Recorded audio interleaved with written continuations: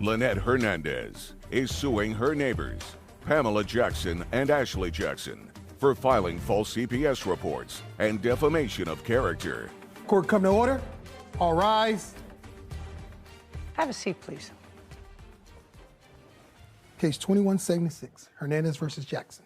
Thank you. You're welcome. Ms. Hernandez, you and the defendants are neighbors. Yes. You more recently moved into the neighborhood? Yes, on February 25th of 2022. And you've been living there for about a year. Year and a half. I have complaints and cross-complaints. Each one of you are claiming that the other is guilty of harassment. The defendant, in addition to the harassment, says that there was an assault on, that would be on you?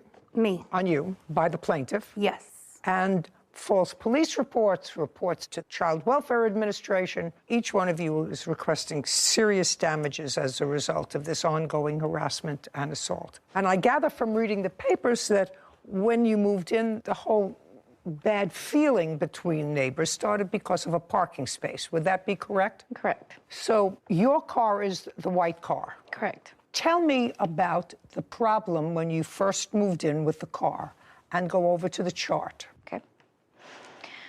So a month after I moved in, I politely asked Pamela if she Just a can... second. Pamela, that would be you. Yes. Your last name is Jackson. Yes. Okay. So you asked Miss Jackson, whose car is the car parked in front of yours? Yes, this one. Okay. So you said to Miss Jackson, go ahead. I told her if she could please scoot up. We were both pulling in at the same time.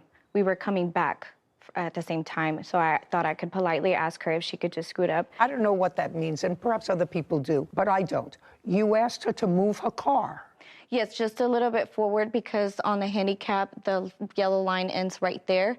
No, see, look at me. You asked her to, I see a handicap sign. So you asked her to move up. Yes.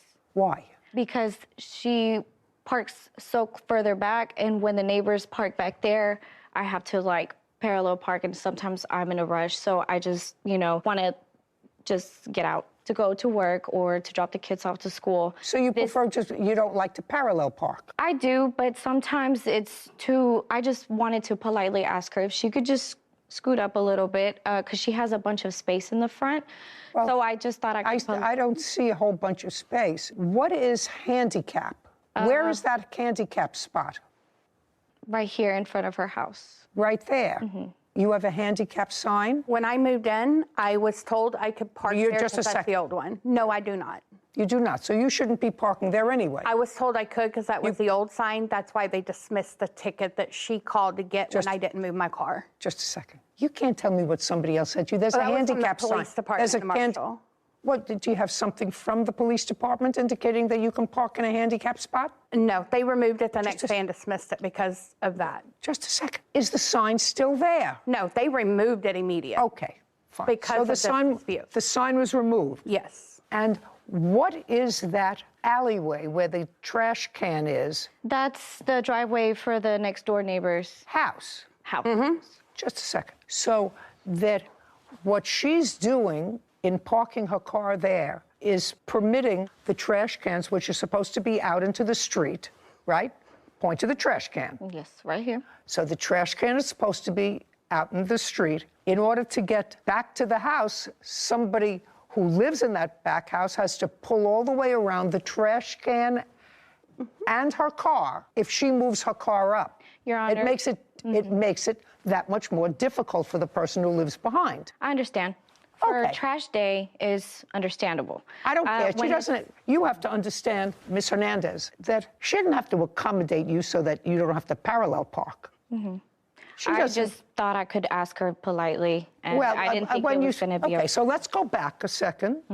Now you can go back. So that's what started the trouble. You said politely. Tell me exactly what you said to her. Tell me exactly what you said to her, and you said that happened in March. Go ahead. I asked her, I said, excuse me, can you please scoot up a little bit so that I can parallel park? There was no trash No, that just a day. second. I don't care. Trash, no trash. That's how she doesn't have to figure Monday, Wednesday, and Friday. I have to scoot up my car because she doesn't like to parallel park. Do you understand? trash day, Monday, Wednesday, and Friday. Recycling Tuesday and Thursday, but not every week, every other week. So I have to remember to scoot up so that my young neighbor doesn't have to parallel park. It's ridiculous. Okay. It's ridiculous. Is that the way she asked you? No. What did she say? The way she told me was, ma'am, I would appreciate if you would just move around and park in the back. Now, the alleyway, it's illegal to No, just park. a second. She said, let's go slowly. So ma'am. she said, ma'am, I would appreciate if you would please move around to the back alleyway. I need parking for all my friends and family. No, not true. Your Honor, that's not true. Yeah, I don't believe that. Sarah, I don't know what this is. You don't have to keep hitting it. That's the whole video. Thank you. If I hit it, maybe I hit it on the table a little. Yeah, I don't think so. Well, that only works with your phone. It only works on my Yeah. phone? Fresh math.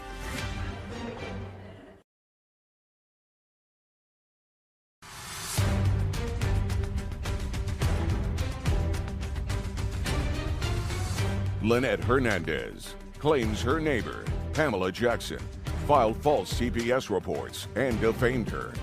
Pamela is countersuing for an assault. Okay, she asked you to move, and you said to her, your response to her was, it's a public street, I'll park where I want to park. I tried to explain to her I have arthritis, so if you'll see, I park where I can walk around my car and go up the walkway. I don't care. You don't have to justify it to me. I asked you the question. You responded what? What did you... The way I responded was for... Think. If you don't remember, say I don't remember. Oh, I don't remember. make it up. I remember because I've stated this the whole time. Every time, even the police have sat there and asked why I parked there because she's called the police over this multiple times. I have even explained to them I park the way I do. No, I want you to tell me. I told her, I says, I'm older, I have arthritis, I park where I do to be able to use my walkway. Her response was, you'll have a better access to your walkway if you pull up. I said, no, the person on my passenger side would, then I have to go up in the grass. Nope. I need a walkway for stability because I've already had one fall. Okay, whatever. You told her I can't accommodate you. Yes. Your Honor, that's not true because it didn't take that long. She got in her car, and she actually got in, and she scooted up. And she moved up a little bit. She moved up a little bit because the trash can wasn't there. Okay, so you asked her, ma'am, could you move up a little bit? And so what you're telling me is she accommodated you. She did. And she didn't say anything to you. So I thought it was okay. And then what happened? And then whenever I was parking, I got off and I told her, I was like, thank you. And then that's when she got upset. No. In March, what you're saying is you asked her to scoot up, and she did. And she did. When was the next date that something happened with the car? April 6th, she called the cops for the first time because she parked. That's how she parked. She parked very close to my car, as you can see on the picture. She started parking close to me like that. She called the cops for the first time. Just a second. That photograph was taken April 6th? Yes, ma'am. Of 2022? Yes, ma'am. Okay. And you were parked right in front of your house? Yes, ma'am. First. And she parked in front of you? Correct. And you're telling me that she called the police? Correct. Is that correct? No. Okay. Show me that she called the police on April 6th. She did? She called the police, and then she was telling them that... No. Can't tell me what she was telling them. I want to see where she called the police on April 6th. She said she didn't. Is that what you just said to me? I called the police. I'm not the one that parked. I was already parked there. When she pulled up on me, I called the police because she tapped my back end before she pulled back. Incorrect. Okay. So you were parked there already? I was already there, and it's an ongoing issue for months. She would pull up on me and sometimes tap my bumper. And you were in the car? I wasn't in the car. So I was inside. So you just saw her parked very close to you? I saw her tap my bumper. Okay. And that's when you called the police? Yes. Okay. And she knew because she was recording me calling them. Do you have that? It's even on her TikTok. I'd like to see. I do, because she was lying to them and said that I hit her car, and I did not hit her car. Which shows she was the one pulling in. Well, but the scenario that she's telling Miss Hernandez, that she's telling me, is different from what you told me. So let's get it clear. Was her car parked there first or yours?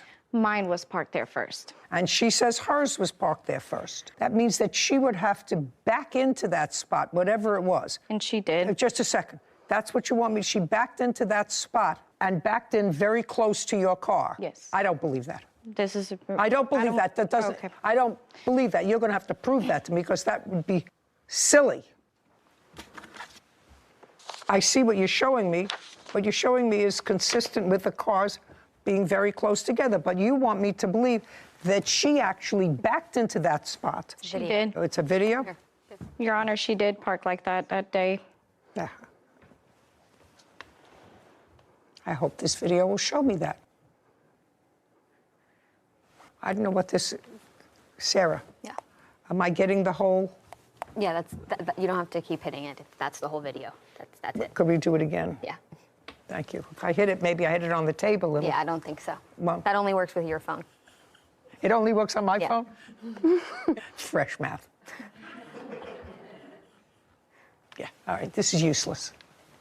Okay, so the police came out, and was there a police report? I have it right here. May I have it, please? Who else lives in the house with you, Miss Hernandez? Me and my 2 children. Oh, well, that was nasty. Over a parking space? How unfortunate. I'd like to see that. Absolutely. Thank you. Oh, yes. The officer actually didn't believe her because there was nothing on her car. Doesn't have to be anything on her car. But she's you tap making- you tap somebody's bumper, there isn't always damage. That's close enough for me. Okay, give me the paper back. The officer did not believe her because she lied. She made false accusations, saying that I was threatening her with a knife and with a baby in my arm. Officer didn't believe her because. Don't tell me what the officer believed or what the officer didn't believe, madam. It's irrelevant what you think the officer believed. If the officer was here, I would question the officer. Okay, it all started over a parking space. And you have to understand, I'm not sympathetic with you. You move into a neighborhood, something is established in the neighborhood, because I'm sure she didn't wait to park in that spot just when you moved in. That's where she's been parking her car. It's not that you don't have a place to park. You have a place to park in front of your house. Mm-hmm. That's the defendant's house. Her car is parked right in front of her house. Mm-hmm. You have a place to park. Your car is parked right in front of your house. You want her to move to make it easier for you so that you don't have to struggle to park, so you could just scoot in and scoot out. I just didn't want to risk hitting her car for being in a garage because the people behind me would park pretty close up. Who cares? It's a public street. I don't care if you park on Mars. Mm-hmm. Then park someplace else on the street. It would bother me if that was my driveway and there was a car that was right up to the edge of that driveway, causing me to have to swing out wide every time I pulled into my driveway. And I couldn't do it during trash days because it's even a wider turn. Also that you didn't have to parallel park. I'm telling you, I'm not sympathetic with that. You're not entitled to a public street parking spot. That's sort of an entitlement that what generation? Gen Z. Gen Z. This is going to cause the demise of this country.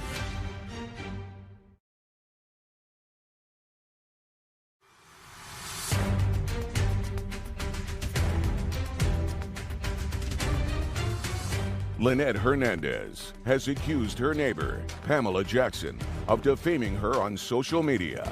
Pamela claims Lynette assaulted her with a trash can. Okay, how old are you? I'm 27. You're 27. Well, that makes sense. Is that called Your Honor. Gen X? Is that a Gen X? What is that? I think it's a Gen Z. Gen Z. Gen Z. Yeah. Gen Z, yes. Your Honor, There's a whole bunch of entitlements with Gen Z people. Your Honor, I don't think it's. Just a second. Your Honor, I don't think it's fair that she has called CPS on Just me. a second. We're not talking about fair. Right now, we're talking about parking. Well, right now, we're talking about what precipitated this bad feeling. And I agree with you. We'll get to the rest of the harassment, but what I'm telling you is you're off base here. You're not entitled to a public street parking spot that may or may not inconvenience somebody else. You have a spot in front of your house. But if the reason you told her to move her car and the people behind is because you don't like to parallel park, that is sort of an entitlement. I'm just telling you, Ms. Hernandez, that's sort of an entitlement that what generation? Gen Z. Gen Z. This is going to cause the demise of this country. There is no entitlement to park right in front of your house, comfortably. There's no entitlement to that. You wanted that, you should have bought a house that had a garage. If that started the problem, I'm telling you that you were wrong. She had the garage. That doesn't give her license to do bad things. Now, she can call the police if she thinks that you touched her car, which you probably did. You didn't damage it, but you probably touched it because you were annoyed, because that's a constant source of irritation. No, so I'm not concerned about calling the police. Understand this. I'm concerned about calling CPS, because that's one of the issues here. And Miss Jackson, I believe, in her answer, said she did, in fact, call Child Protective Services. And I've Just actually a got second. evidence. Just Why? a second. You called Child Protective Services when? I made a call in August. Was it August or September? If you don't remember, you don't remember. You made a call to Your Child Honor. Protective Services Twice. based on 2 times. Twice. Well, there was the most recent one, so it's 3. So the first Just one, a second. So you called Child Protective Services 3 times. all 3 times, and I've got video evidence to why. Okay, I'd like to see the video evidence. Actually, pull that up. Great. One of them has to do with the fact she was inside, and I had been outside changing batteries. I went to verify my cameras, picked up the audio. She had been yelling at her daughter, threatening to beat her up. Okay, just a second.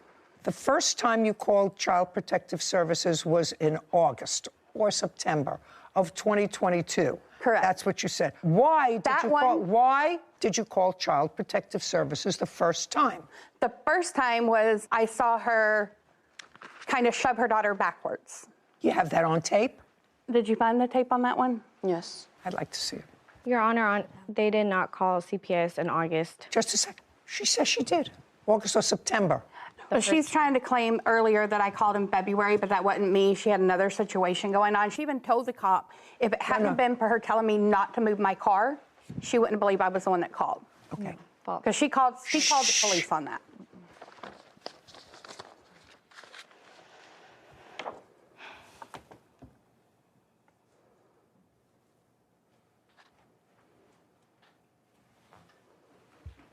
I don't see anything sufficient for you to call CPS the first time on that. That was a motion with a hand. Child didn't fall. There had been a bunch of yelling out before that. I don't care. That's an overkill. What's next? When's the next time? When's the next time? The next time I called, and she's got the video. She can pull up for you. She was inside. I was changing my battery. She yelled at her daughter to get down. Where was her daughter? They were inside. So you heard her yelling at her daughter? Heard her yelling at her daughter to get down, or next time she does it, she's going to beat her up. And then we heard break your neck. Okay. And you videoed that? Yes, we even showed that to the police. Okay. Your Honor, I'd that like to wasn't see it. Looking at it, so far you.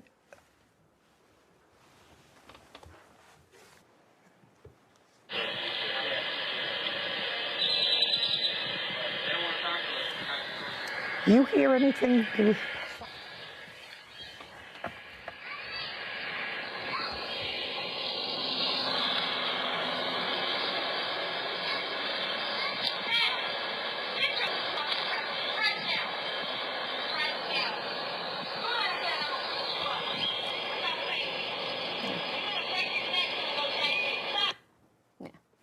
She says, Your I'm Honor, gonna that's beat you not up, me. and if you don't listen, I'm going to break your neck.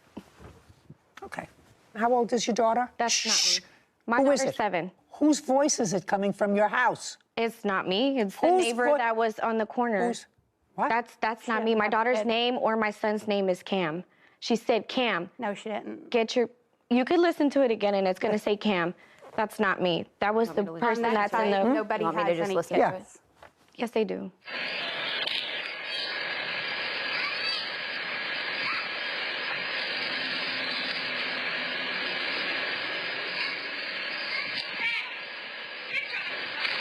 And she says, hey, get off the couch right now. I'm going to beat you up. Stop playing. Okay. I'm going to break it.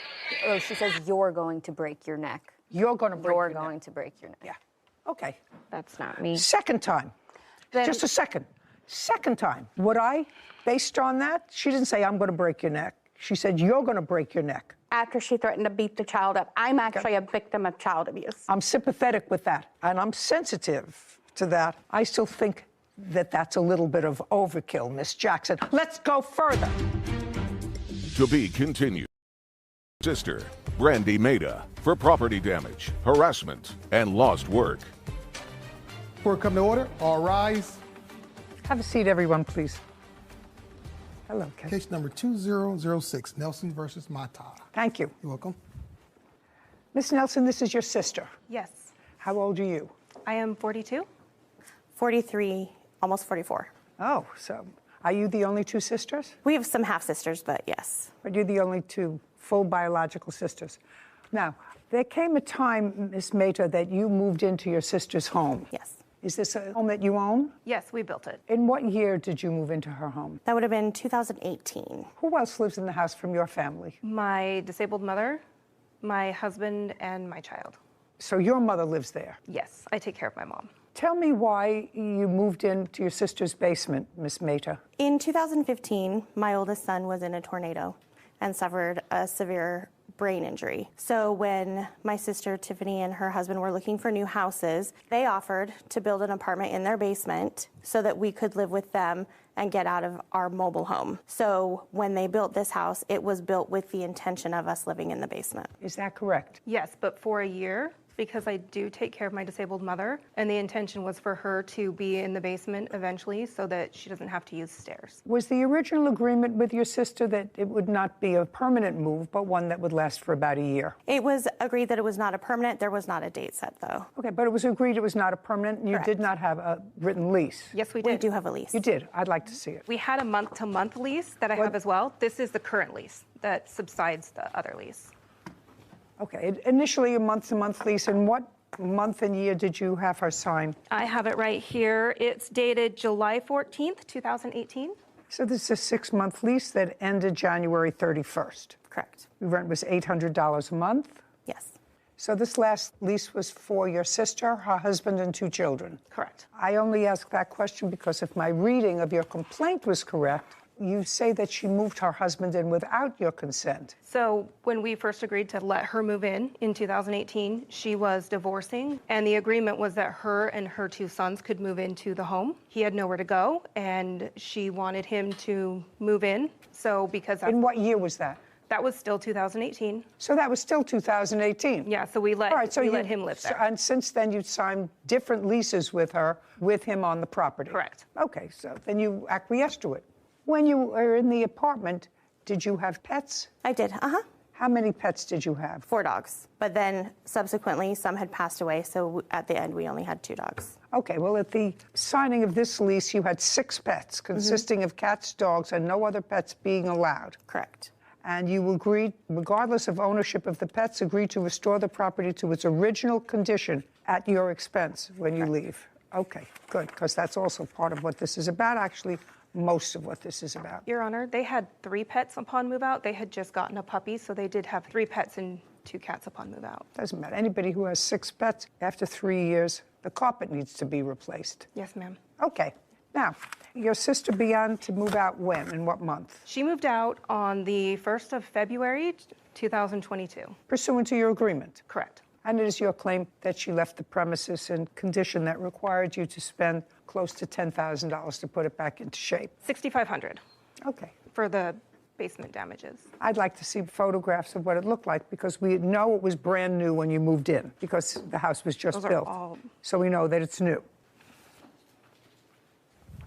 I also have photographs that I took the day we moved out. Okay. I'm going to give you these and then I'm going to look at yours. Okay. Okay, so there's no question you have to replace the carpeting. Right. You understand that. Did Yes. you replace the carpeting? No, I had not had any contact from her. Do you have a bill for the carpeting? I replaced 1 room already, and I have that, and then I have the estimate to replace the other carpet. Okay, I'll take a look at that.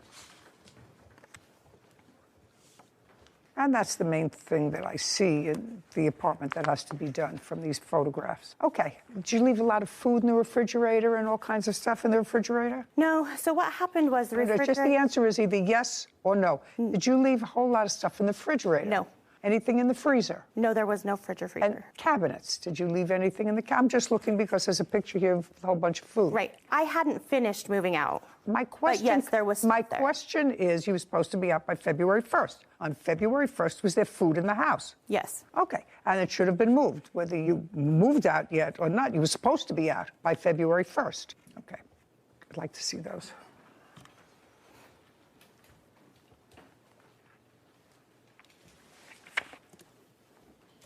So you replaced the carpet in what room? One of the bedrooms, so my mom could move down there so she could not use stairs. Okay.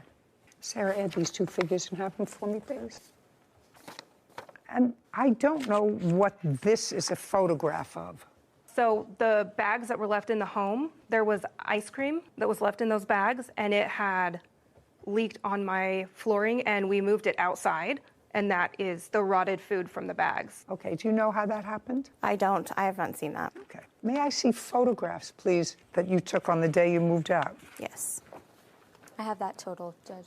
$4,129. $4,121? 29 29. and 21 cents. Thank you.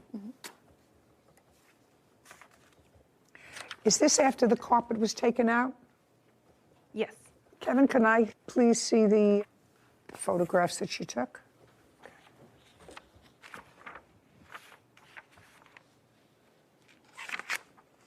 Actually, they're pretty much the same.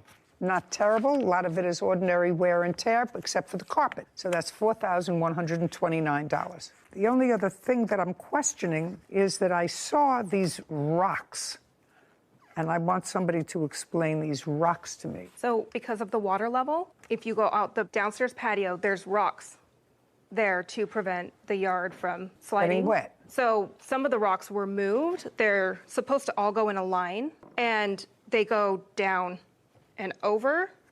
So we have to pay a landscaper to come out and basically redo that. Well, how did that happen? Do you know? They're pretty heavy rocks, so. I don't know. Do you know? don't know. Did you move the rocks? No, you would need like a skid loader to move those rocks. There's no physical way to move those Where do you live? with one person. I live in far west Utah, farm country. Looks like there's water comes down through here. Yes, we live across the street from a pond as well. Well, you don't know how that happens. Now, you have, in addition to your claim, which is for damage, you feel it's necessary to go into these allegations of harassment by your sister? I honestly just want to be done with her and not get threatening text messages and stuff on social media. No chance of a reconciliation. You Not lived on my together end. for a while, I've blocked her from. for a long time. Yeah. Miss Mehta, your sister was there at a time when you needed her. Yes. You think that there's any potential for the two of you to sort of restore some kind of working relationship? You're the only two. No. This No. is the funeral of our All relationship. right, not my job. That's a job for another professional. Okay, you have a counterclaim. Yes. And your counterclaim, just as she's not going into harassment, I'm not going into anything that involves the harassment. It is your claim that you left certain furniture behind. Well, why wasn't your furniture out on the 1st? Your lease expired at the end of the month in January. It did. And I did let them know that I was not done. Well, that's not a reason. That's not a reason to break your contract. Only two people can break a contract, Ms. Mehta. The two people are the same two people that signed it. You signed a contract that said you would be out on a certain date. You weren't out on a certain date. The fact that you notified her that you're changing the terms of the contract unless she agreed to it, then you should have had your stuff out by the 31st. Why didn't you? Because she had made it very difficult during my moving process. There was a lot of, like I said, harassment and stuff that happened during that moving process. She called the police on the people that were helping me. She made it very difficult to get it done. There was no way that I could get it done on that day. Let's get back to call the police. And later today, After Mr. Martinez got into the picture, he was going to pay me not to talk to Sherry any longer. So you had a discussion with him that all of her bills he was going to take care of? Many discussions, yes, Your Honor. Okay. And? I never got a dime. Okay, well, what is the harassment?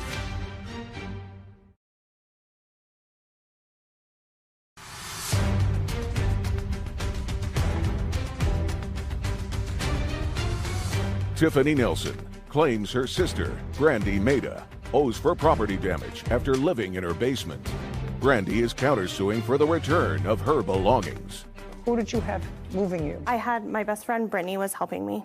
Does Brittany and your sister have any negative history? They do. Okay. Well, if they have any negative history, why would you have her come into the house? Because she doesn't have any access to Tiffany at that point. There was no reason for them to talk. They wouldn't be even associating. You know, if I knew that there were issues between my landlord and a particular person, especially if my landlord was my sister who let me move into her house, just from the question of using my brain, I wouldn't bring somebody that had been on the outs with them. If they didn't like them, that's one thing. You know, I'm really not crazy about your friend Brittany. That's one thing. But if you knew that there was an active, aggressive feeling against one or the other, should have had somebody else move. So why didn't you get your stuff out? Well, so I didn't think that it was as serious as that. They are related. If they're related and don't like each other, or the plaintiff doesn't like her, then that's even worse. Go ahead. Yeah, so she was my only help. I didn't have anybody to help me at that time. So. Then start doing it sooner.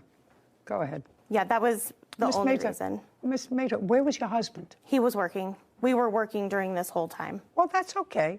I've moved and worked. I used to move every time I needed a paint job. I would pack up and move, and I constantly worked. I've worked for 58 years. So that's not a reason. You pack in the evening. You go down after work, you get newspaper from the grocery store, and you get old cartons, and you wrap up the dishes and the cartons, and you manage to get out when you're supposed to get out. And she's not the only one who can help you. Maybe your husband has friends. If he doesn't have friends, I don't know why not. And in any event, that was not a smart thing for you to bring your witness. Furniture. What furniture did you leave? I left patio set on the patio. It was all outside furniture. On. Patio set. You're on just a second. A lawnmower. Okay. Outside bench that had storage and stuff. Yeah. Fire pit and lawn chairs. Okay. And when did you buy the lawn chairs? It would have been 2018. Okay. And how much did you pay for each one? They were $245 for the chaise lounges and $159 for the pool dining chairs. Okay. Are those chairs at your home? Yes. May I see them? Yes. There's 4 lawn chairs. There was never the long chair. chair. Let me see what's in the home. I also had a cooler. Just a second. Don't bother me about a cooler. Are the lawn chairs still there? Yes. Great. You can go get them. Okay. With a marshal, not with her. What about the fire pit? Still there. You can pick up the fire pit. What about the lawnmower? Still there. Patio set. Still there. They have painted that purple. Painted back. Where are you living now? I have a house. Who are you living there with? With my husband and my sister-in-law. She's living with you? Mm-hmm. She's paying, it's not an answer, yes. Yes. She's paying you rent? No. Why not? My husband's mother, their mother passed away, and she needed to be closer to family, so she's just living with us as family. Okay. You're going to get all the property back that you say you left there. And you can do that within 5 days on notice to the plaintiff with a marshal. Just give him a copy of the order that will give you inside. Okay. With regard to the renovation of the house, she has to put the house in reasonable condition. Most of these other pictures demonstrate some wear and tear that you would have to do. Painting and plastering after 3.5 years, but the carpeting had to be replaced, $4,129. Judgment for the plaintiff. Thank you very much. We're finished. This court is adjourned. I'm happy with her decision. I just wanted to fix my basement and move on with my life. I mean, it is what it is. There's nothing to do. You know, I think we were both at fault. Go back home, fix my house, and honestly have nothing to do with her again. And if she had come and talked to me like a normal person, we could have figured this out without this. No, I'm completely done. I would like to not be inappropriate, but she's just not a good person.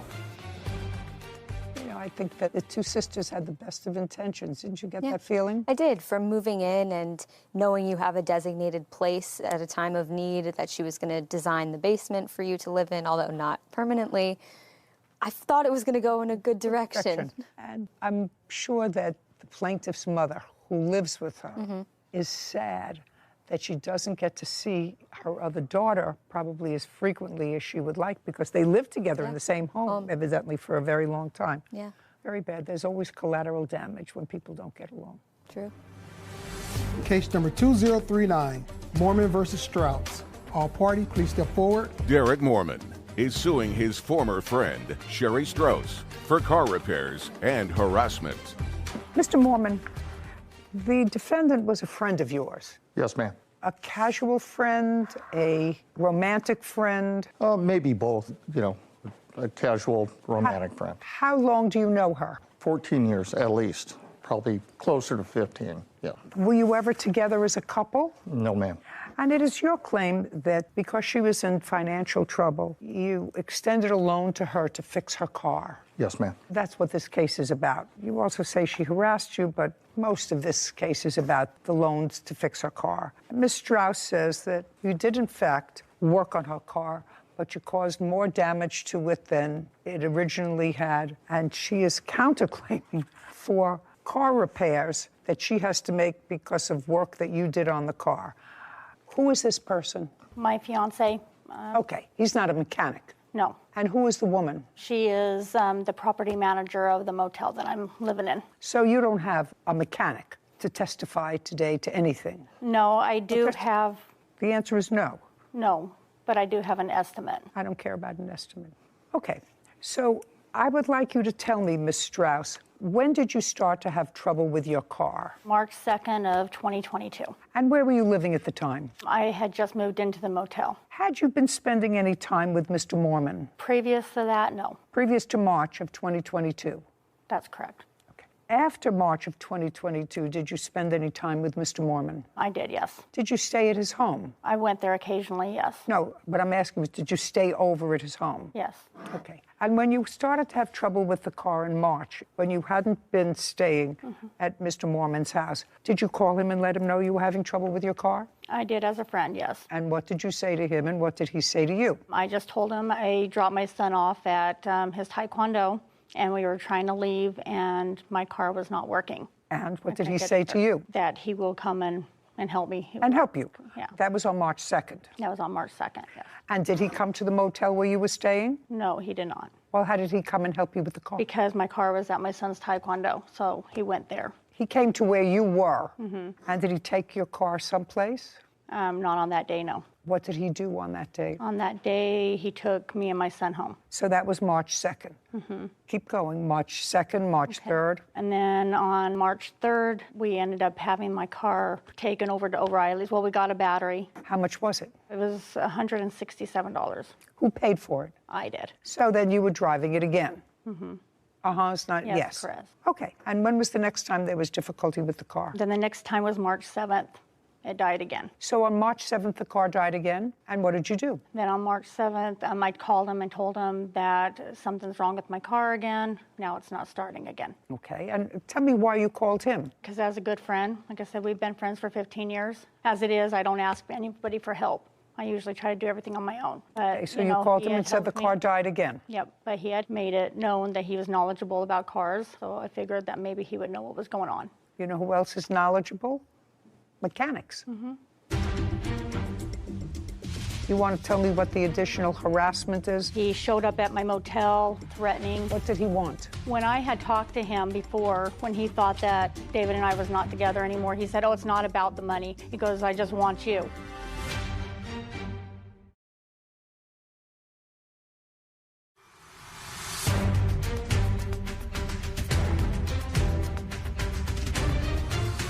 Derek Mormon says his former friend Sherry Strauss owes for car repairs. Sherry is countersuing, claiming Derek damaged her car, trying to fix it. Okay, so on the 7th, you called him again and said, I'm having trouble. What did he do? Then on the 7th, I had to go to work, so I had another friend take me to work. He came and picked me up from work, and we took my car back over to O'Reilly's, took the battery out, had them test it. The battery had been drained. Figured it was the alternator, got the alternator. He put the alternator in. Who paid for all of these repairs? That's what it's about. That's I what this paid case for is. them. So what is he suing for? Because later on, my brakes and rotors went out and I got a flat tire. So at that time, yes, I did call him and let him know. On what date was that? That was on April 16th of 2022. Okay. Well, right now it's gone on the fritz on the 2nd, the 7th, and April 16th. So that's a lot of aggravation. So on April 16th fiasco with the car and the repairs, how much was that? $234. Who paid for that? He said that he would pay for it. He originally told me that his mechanic would allow me to make payments. And when we went to go pick it up on April 22nd, found out that that was not the case. Okay, so he wasn't going to allow you to make payments, No. which mechanics usually don't. So how much was the bill? So the bill was $567.91. And he paid for that because they wouldn't let you make payments? He paid for that because he knew I was... No, not he ineligible. knew. You were originally going to pay for that and make payments. Yeah, I was Just a to make second. payments. You were originally going to pay for it and make payments. Mm-hmm. You found out that you couldn't make payments, so he said, fine, I will make the full payment to the mechanic. Yeah. But it was always your intention to pay for the repairs of the car, only you wanted to pay for it in a slower fashion. Right, I was going to make the payments to the mechanic, yes. Right, okay. Yeah. What I want to know is, did you pay him back any of the $567? I gave him $300 to help him with rent, but... Just a second. Tell me when you gave him $300 for rent. I gave him the $300 on April 29th. That was after you picked up the car. Mm-hmm. Is not an answer. Yes, ma'am. Did she give you $300 for rent? No, Your Honor, I don't need anybody to help me pay my rent. Do you have any proof that you gave him $300 for rent, a withdrawal from a bank, or anything? No, I don't, Your Honor. Okay, so far you owe $567. Is that what you paid for her in April? No, Your Honor, I paid $674.76. May I see it, please? Yes, ma'am.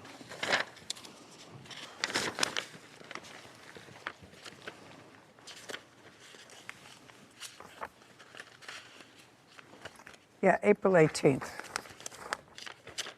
$674. Would you show this to Ms. Strauss? Okay. Mr. Mormon? Yes, Your Honor. There subsequently came a time, which I think probably was a more social issue than anything else, when the defendant advised... I have a different one that shows May I the receipt right there. May I that see shows it? The $567.91.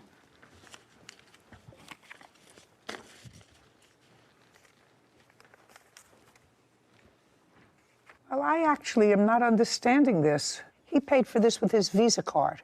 Is that right? That's correct. Could you explain this to me? This is your Visa card. This is the same invoice. One of them is for $567.91, and the one that you gave me, the same invoice number, is $674.76. Sarah, would you do me a favor, please? Sure. Would you add up? From both or just the top one? Well, let's start with just the top one, for which there is a Visa receipt. So I gather that all this became problematic when you started to see a serious boyfriend. Is that right? That's correct. Now, after March, you said you stayed occasionally at Mr. Mormon's. When you stayed at Mr. Mormon's, was that more of a social? I mean, was it a more intimate relationship than just social friends? This was after March, after you were in the motel. We're kind of like friends with, benefits in a way, so Okay. yeah. All right, and then you found someone new, and according to him, you advised him that you had somebody new, and now he wants the money for the car, which you were going to pay anyway. You were going to Originally, pay I it. figured it was a friend helping a friend. I didn't think No, of it it as a wasn't. loan. No. It wasn't. Even you say, Ms. Strauss, it was your intention to pay this bill for your car as you would pay the other bills for your car. However, when you got there, you found you couldn't make time payments. So he said, well, you need a car. I'll lay it out up front. But it was always your intention to pay for your own car. Do we have a... That is the correct number. Which- And then at the bottom, that totals. And then the additional to bring you to 567 is the tax. Okay.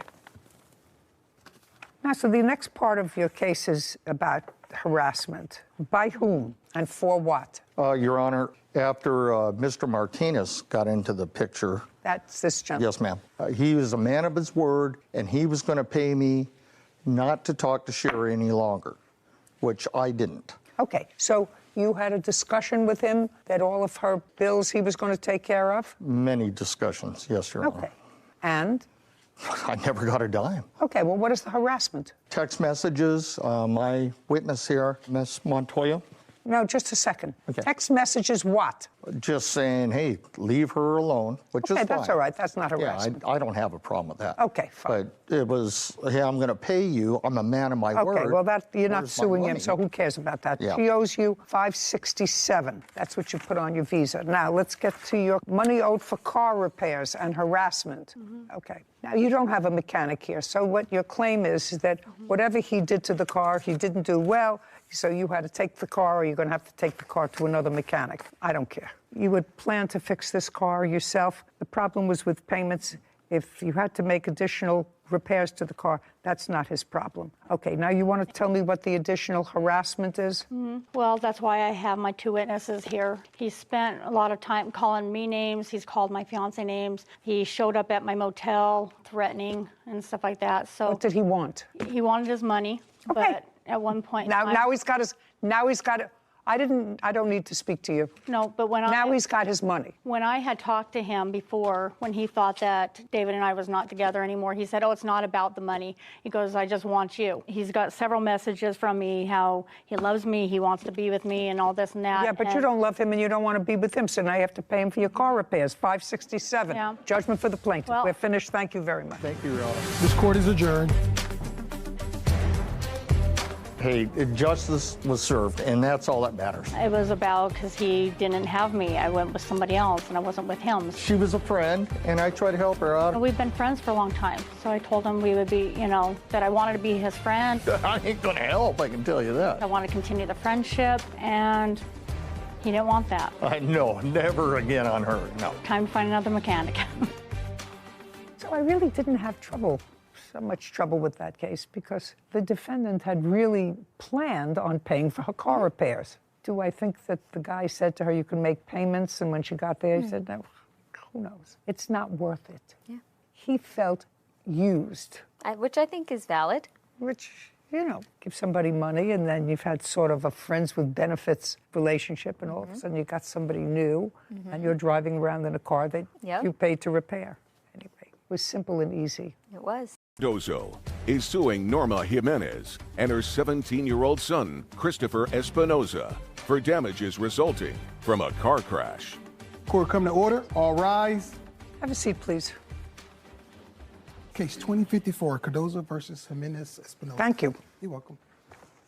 Ms. Cardozo, it is your claim that the defendants are responsible for an automobile accident. Yes. That both totaled your car and injured you and your child. Yes, Your Honor. When did this accident happen? What date? On May 6th, Friday, 2022. What time of the day? It was around 7:10, 7:20 a.m. Where were you going? I was going to drop off my son to his babysitter. Then where were you going? Work. Is that your regular route? Yeah. Your last name is? Espinoza. How old are you? 17. You were driving that morning? Yeah. Yeah is not an answer. Yes. Yes is an answer. Who was in the car with you? My little sister. How old is she? 11. Do you have a driver's license? Now I do, yeah. Did you, on May 6th, have a driver's license? No. I assume you were taking your sister to school, Yes. and then you were taking yourself to school. Yes. This was in May. How long had you been driving your sister to school? 6 months. Where was your mother? At work. Did you drop her off at work first? No. How does she get to work? Her own car. Who owns the car that you were driving? My mom. So your mom has 2 cars. Yes. What other adults live in your house? Just my mom. Your mother, Yes. your sister, Yeah. and you. Yeah. When was the car purchased that you were driving with your sister? It was a gift. Who was it a gift to? Me. Whose name is it in? My mom's. When did you get it? Month and year. Don't speak to him. When did you get it? January. January of 2022. Yes. So that's why you had been driving your sister for 6 months. Yes. The car is in your name? Yes, Your Honor. You know that he has no right to drive a car. He had a driver's permit. I don't care if he had a permit. You know he has no right to drive a car with a minor in the car. Well, he took some classes, and we were told by the instructor. No, don't tell me what you were told by the instructor, madam. Your insurance company disclaimed on this if you had insurance because he's not allowed to drive a car. Is that correct? Yes. What insurance carrier do you have on your car? AAA. Who insures the car that he was driving? AAA. On your name? Yes. When he had this accident, the insurance company, AAA, disclaimed on the accident because he was driving the car. Yes. Did they drop you from your policy? Did they drop your policy? No. Did they raise your rates? No, because I was changing insurance at that time when the accident happened. So you had no insurance? We had insurance. Just look at me. On the 6th of May, do you have proof that there was insurance on the car that he was driving? Yes, Your Honor. What carrier? AAA. And when did you change carriers? It was May 5th, but it wasn't going to be effected until the following week. So you had no insurance? I hadn't called AAA to let them know that I was changing insurance at that time. Again, I don't believe. I was changing. Just a second. You have to understand, madam, that to make your life more comfortable so that you could go to work and your little girl could get to school, you let an unlicensed driver drive a car. You have to understand that because he could have killed her and the child. It's outrageous that you let your 17-year-old who didn't have a license drive your 11-year-old daughter, put them in a place where they were in harm's way. You're just very lucky that both of them weren't hurt. Do you understand that? Yes, ma'am. All right. If you think I'm being harsh, sir, I watched you when you walked in. You thought this whole thing was a joke. You came in smiling. It's not a smiling thing. You did the wrong thing, and if you start doing the wrong thing when you're 17 years old, when you're 27 years old, your mother will come visit you someplace where you don't want to be. Do you understand? I smile when I'm nervous. Excuse me? I smile when I'm nervous. You smile when you're nervous. Yeah. Well, your mother smiles when she's nervous, too, because she was smiling, too. Yeah. When you walked in here. What, you're not smiling now? You mean you're not nervous now? You're not smiling now. Now you're not nervous. Now I would be nervous. If I were you, I would be nervous. See what I mean? Yeah. No. Tell me what happened 7:30 in the morning on the 6th of May, which was a school day and a work day. Okay, yes, Your Honor. So I was driving straight like normal on East, on Pleasant Valley. And as I was going on a green light into my intersection. Do you have a photograph? Do you have any? Yes. I'd like to see it. And May 6th was a Friday, just so you know. May 6th was a Friday. Yeah. Thanks.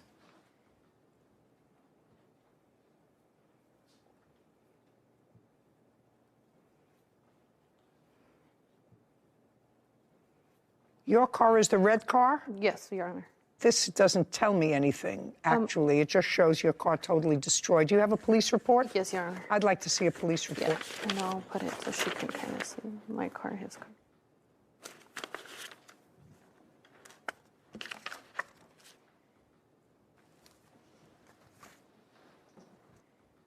This is the diagram that the police prepared. Yes, Your Honor. So you were going straight? Yes, Your Honor. And he was making a left turn? Yes, Your Honor. And you were through the intersection? Yes. Looks as if you were through the intersection. About to be. It was like in the middle of the intersection. What kind of citations were you issued, sir? Just without a license. What? Without a license. Okay. I'm just letting you know, Ms. Jimenez, the plaintiff had visible injuries that the police noted. Do you understand that? Yes. The airbags went off? All of them, Your Honor. Other than the marks that you had on you as a result of the seatbelts and the airbags going off, did you have any other injuries? So that was actually my son.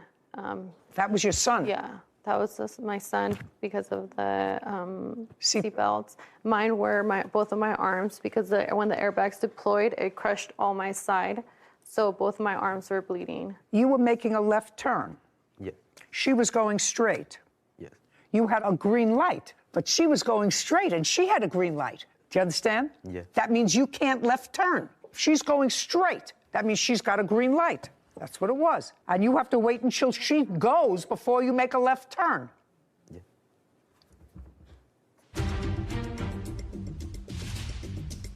Were they at the scene at the same time at any time? No. When your mother says that she asked Miss Cardoza, are you okay? That wasn't true. No.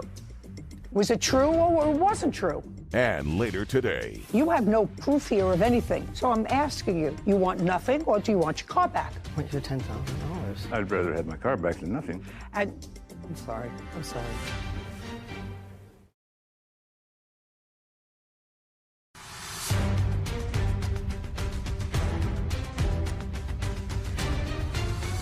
Paulina Cardozo claims Norma Jimenez and her 17-year-old son, Christopher Espinoza, owe for damages resulting from a car crash. Okay. Now, when you got there, you started to yell at her. You want to tell me why? You want to tell me why you were yelling at her?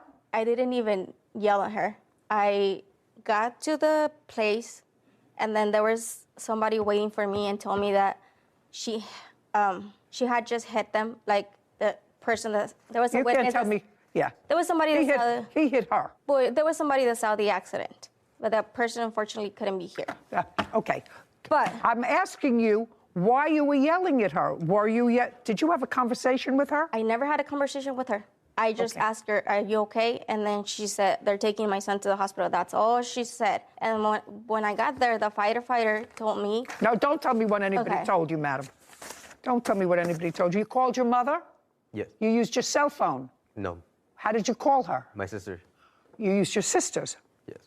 And she came right over? Yes. Miss Cardozo was there when your mother got there? Yes. You want to answer me? Did your mother and Miss Cardozo, were they at the scene at the same time at any time? No. Before she was taken to the hospital? No. When your mother says that she asked Miss Cardozo, "Are you okay?" that wasn't true. No. Was it true or it wasn't true? It was true. It was true, so that well, how did she communicate with Miss Cardozo if she didn't ask her, if she wasn't there? I'm going to ask you again. Was your mother at the scene when Miss Cardozo was also at the scene? Yes. And did you tell your mother that the accident was Miss Cardozo's fault? No. What did you tell your mother? That we got in a car accident. She didn't ask you what happened? Come on. Yes. Come on. Your mother asked you what happened? Yeah. And what did you tell her? What happened?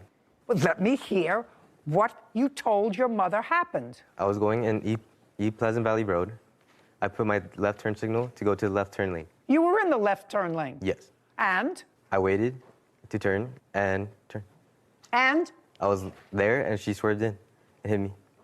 She what? She swerved in and hit me. She swerved and hit you while you were making a left turn. She swerved into you. That's what you told your mother? Yes. Yeah. Judgment for the plaintiff in the amount of $10,000. We're finished. This court is adjourned. I feel like she was very fair. To my understanding, what they have told me is like he was allowed to drive. It's been a hardship for us. And that's why I let him drive. I was scared. I didn't know if he had broken something or something worse. I only asked her, "Are you guys okay? Like, what happened?" Somebody told me that it was you that hit them. Till this day, it's haunting. My son doesn't like to get in the car anymore, so it's straining. He wasn't even cited for the accident. He was cited for not having a license. I think she thought it was my fault, and I feel like she still thinks it's my fault, but it was not my fault. She was the one that hit him. You need to have insurance, and you need to know how to drive. I'm glad it's over. This is a public service announcement to the governor of the state of California. Do everybody a favor. Propose legislation that mandates that if you drive without a license as an underage driver and you're caught and or have an accident, you are ineligible to get a driver's license until you're 25 years old. That would probably be a deterrent for some people. Something is wrong with the system. Those are my words for the day. Case number 2061, Laura versus Burke. All parties, please step forward. Michael Lara is suing car seller Donald Burke for a vintage car title. Mr. Lara. Yes, Your Honor. You had a truck. Yes. And that truck was a 2007. Yes, Your Honor. Nissan Frontier. Correct. When did you purchase it? I purchased it in 2019. From whom? From a private owner. I don't have his name, but I purchased it over on an auto app. So you found it online? Yeah. So it's still online. How much did you pay for the car in 2019? In 2010, I paid $10,000. I don't believe that. Let's try it one more time, Mr. Lara. Exactly how much did you pay for the car in 2019? $10,000, Your Honor. Show me a bill of sale. I don't have that bill of sale from back then. Okay. I have only the title that I had. Okay. Let's assume for the moment that that's almost accurate because the truck is now worth somewhere between $8,000 and $9,000. So that would be a depreciation. So now it's worth $8,000. Okay. You decided to sell it. Correct. To trade it. And you put an ad online to sell it? Yes, I did. You, Mr. Burke, had a 1947 classic Chrysler sedan. Yes. When did you get that? Beginning of the year. Beginning of 22. And where did you get it from? A car dealer had it for sale. Car dealer where? Montclair, California. You remember the name of the car dealer? No, ma'am, I don't. But it was the beginning of 2022. Yes. And was it an ad online? No, I was driving by and saw the car. I kind of liked the way it looked. How much did you pay for it? $12,500. Do you have a bill of sale? No. That was just this year. Why don't you have a bill of sale? I have the registration and title. I don't need the registration and title. I need a bill of sale. I don't have one. Difference when you buy it from a private party, but if you buy... Do you have... It was the beginning of January. How did you pay for the car? Cash. Cash. Do you have a withdrawal from your bank of $12,500 to show me? No, I don't. Well, how do you expect me to decide this case? You have a claim, you have a counterclaim. Nobody has any proof. How do you expect me to decide? Each of you is suing the other for $10,000 without any proof of anything. How do you expect me to decide that? Correct, Your Honor. You got it? Yeah, I got it. You got it? Yes. You have the title. You have the keys. You have the truck. Understand this. Neither one of you are leaving here with a penny. Do you understand? Yes, Your Honor. Do you understand? No, I don't.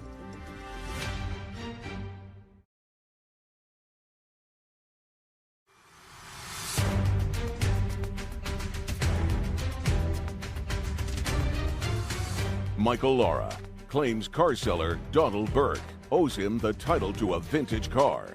Donald is countersuing, claiming Michael broke their agreement. Okay. Do you have a car now? Yes, I have a 2001 GMC truck. No. You have his car. Oh, yes, I have his car. Yes, You Your Honor. have his car. Yes. And you have his truck. Yes. What do you want me to do? I wasn't the one that started this. Okay, Your Honor. He doesn't have the title. Well, he never produced the money that he was supposed to produce. I have his title to his vehicle. He signed it over to me, and he gave me the keys as well. Okay. I didn't ask you anything. Well, I want you have the title, you have the keys, you have the truck. Correct, Your Honor. My question to you is, you have the title to his car. He paid, let's assume he's correct, that he paid $12,500 for the car in the beginning of 2022. That car, which is a classic car, is now for sale, because I looked it up, I don't remember the numbers, for? Between $18,000 and $60,000 on the high end of what I've seen. Okay, so it's worth considerably more than what you paid for it. Roughly $10,000 more than what you paid for it, right? That's correct, Your Honor. You don't know him, do you? No, I don't, Your Honor. There would be no reason why he would make you a gift. Is that right? That's correct. And you have the title for that car. Yes. Because you say, according to you, that he didn't fulfill his promise. Correct. His contract to pay you an additional amount for it. Now, you say he agreed to pay you an additional $10,000 for it. Yes. I don't know that because none of it's in writing. Anybody have any proof of that? No, Your Honor. No. Yeah, good. And you want your car back. I would just... You want your car. Well, I'm not giving you $10,000. I want you to just understand that. Yes. Because you have no proof here of anything that satisfies me. So I'm asking you, you want nothing or do you want your car back? What's your $10,000? I'd rather have my car back than nothing. You'd rather than have your car back. And I'm sorry. you have the car. Yes, I do, Your Honor. And you put in some money in the truck. Yes, the catalytic converters were bad. How much money did you put into the truck? $2,165. Okay. And you have proof of that. Yes. Yeah. Where? Can I help him? I don't need you for anything. Here. And it still needs another $2,165 for the other side. And you have the title to the car, is that right? Yes. Now, do you want nothing or do you want your truck back, even though he added money to it? Do you want nothing or do you want your truck back? That's my question to you. You want nothing or you want your truck back? My truck. Great. And you want your car back. Yes. Perfect. And both of you have agreed, because there was clearly some misunderstanding between the two of you, giving you the total benefit of the doubt, sir, that there was additional money to be forthcoming. I'm speaking. Understand this. Neither one of you are leaving here with a penny. Do you understand? Yes, Your Honor. Do you understand? No, I don't. I put very, $2,000 very, into very, his truck. very easy. Very easy, sir. You're getting back a car that you say is worth, she says, is worth $20,000. Your Honor. Sorry. It's not going to work for you. You're going to each end up with your own cars back. Since there was clearly a misunderstanding about the nature of the contract, what I'm telling you is I'm going to prepare an order that within 5 days of today's date, you are to exchange cars. Figure out where you want to do that, a mutually convenient place. That's the order of the court. Goodbye. Court is adjourned. Not even the $2,000 I put into his truck? Goodbye. This way, sir. You can sell your 47 for a lot more money. I didn't bring us here. He brought us here. I liked his car. He liked my truck. When I got there, we did the exchange. He signed the titles. He gave me the keys to the vehicle. Well, he gave me a truck that needed a $4,000 repair, and he didn't mention that when he gave it to me. And my car, was nothing wrong with my car. I have always maintained my vehicle. I have records of it and everything. I'll just keep my car. No more business deals. So I really agree with you that there was no meeting of the minds, because the defendant thought that the plaintiff was going to pay him an additional $10,000 for the 1947 Chrysler, and no one had any proof of anything. So it's really hard to come to court with zero proof on either side. So I think your ruling to leave them how they were found prior to any what they believed to be a contract was the right decision, because I'm so glad you felt that way. Well, I mean, I was thinking to myself, looking over the papers, what's she going to do with this one? You know, it's hard because with no proof and a he said, she said verbal agreements with tangible items like vehicles, I probably would have done the same thing. I don't know what to make of this. I have nothing to look at, nothing to rely on. And it was so interesting because they both bought these cars recently. Mm-hmm. Neither one of them had bill of sale, said he paid cash, $12,500, showed me where you withdrew the money from a bank. Mm-hmm. The whole thing was suspicious to me. So to me, the easiest thing to do was leave the parties as you found them. As you found them. They had no contract because there was no meeting of the minds as to what the particulars were of the contract. You get your truck back in a little better shape. You get your car back probably in a little better shape. Mark Michelonis is suing his former roommate, Christopher Robertson, for rent, a security deposit, and stolen property. Court come to order. All rise. Have a seat, please. Hello, Judge. Case 2066, Michelonis versus Robertson. Thank you. You're welcome. Mr. Robertson, how long had you been living in your apartment prior to renting a room to the plaintiff?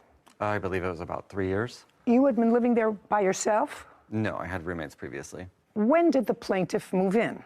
I believe that it was January 1st of 2017. 2017? It may have been 2018.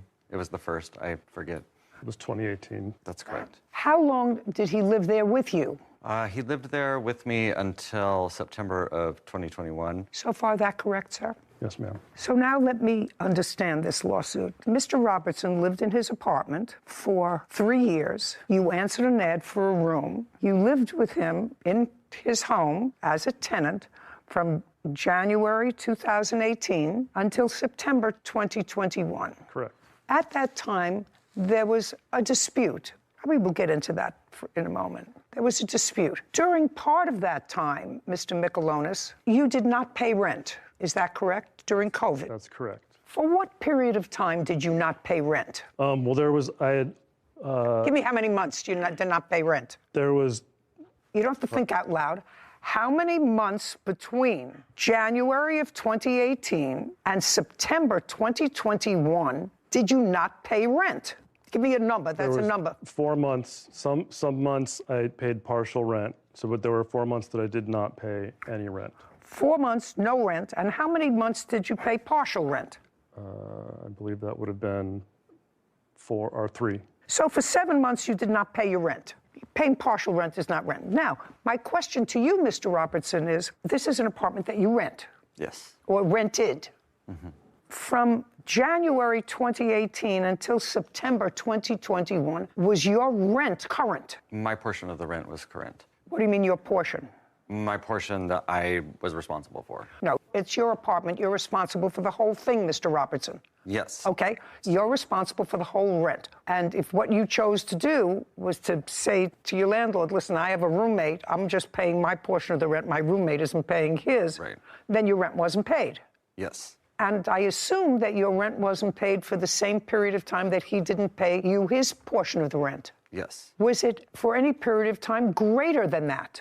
Greater than the 4 months or the 7 months that he didn't pay rent? I went through my bank statements, and they went back until, I believe, July of 2020, and that's as far back as my bank app lets me go. Okay. There were more months than that I received partial or no rent payments for. From him? From him. I'm asking you about your landlord. If you didn't pay your landlord, you telling me your landlord didn't file an eviction against you? There were several months that he did pay his full rent, and so that would have meant that the entire rent for that period. Well, I know, but if the rent was not paid, did your landlord ever serve you an eviction notice? No, there was an eviction moratorium in Alameda County at that point for unpaid rents due to COVID.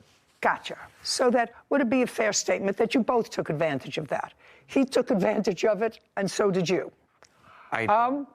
I wouldn't say that it was me trying to take advantage. I would just say it was my inability to cover the entire rent. Your portion as well as his? My portion was always covered. Your portion was covered? Yes. Okay. Now, Mr. Michelonis, when did you move from month and year? It was September of 2021. And when did you leave there?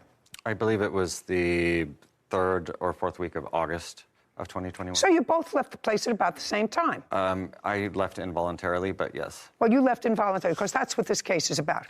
Okay, so now I have the structure of it. Do you understand the structure of it? I understand. You understand the structure of it? I just want to make sure that people out there watching understand the structure of it. So you were the rentor, and you had an argument. It resulted in a protective order for somehow some genius put him out of his own apartment because of these protective... You weren't in the hospital for anything, were you, as a result of an assault? No. No.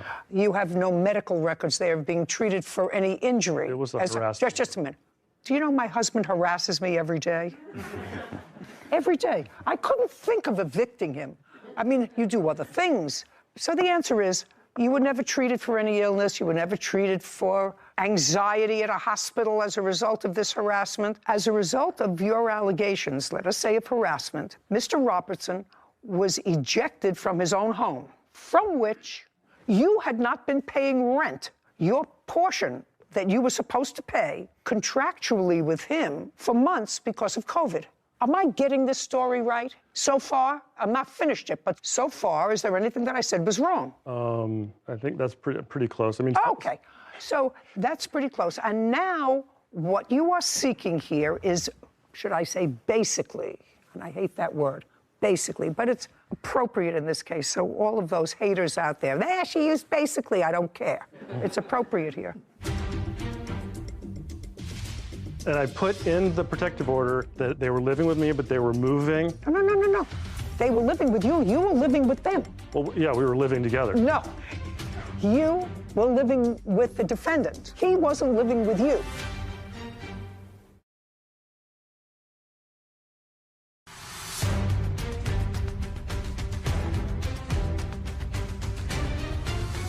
Mark Michelonis claims his former roommate, Christopher Robertson, owes for rent, a security deposit, and stolen property.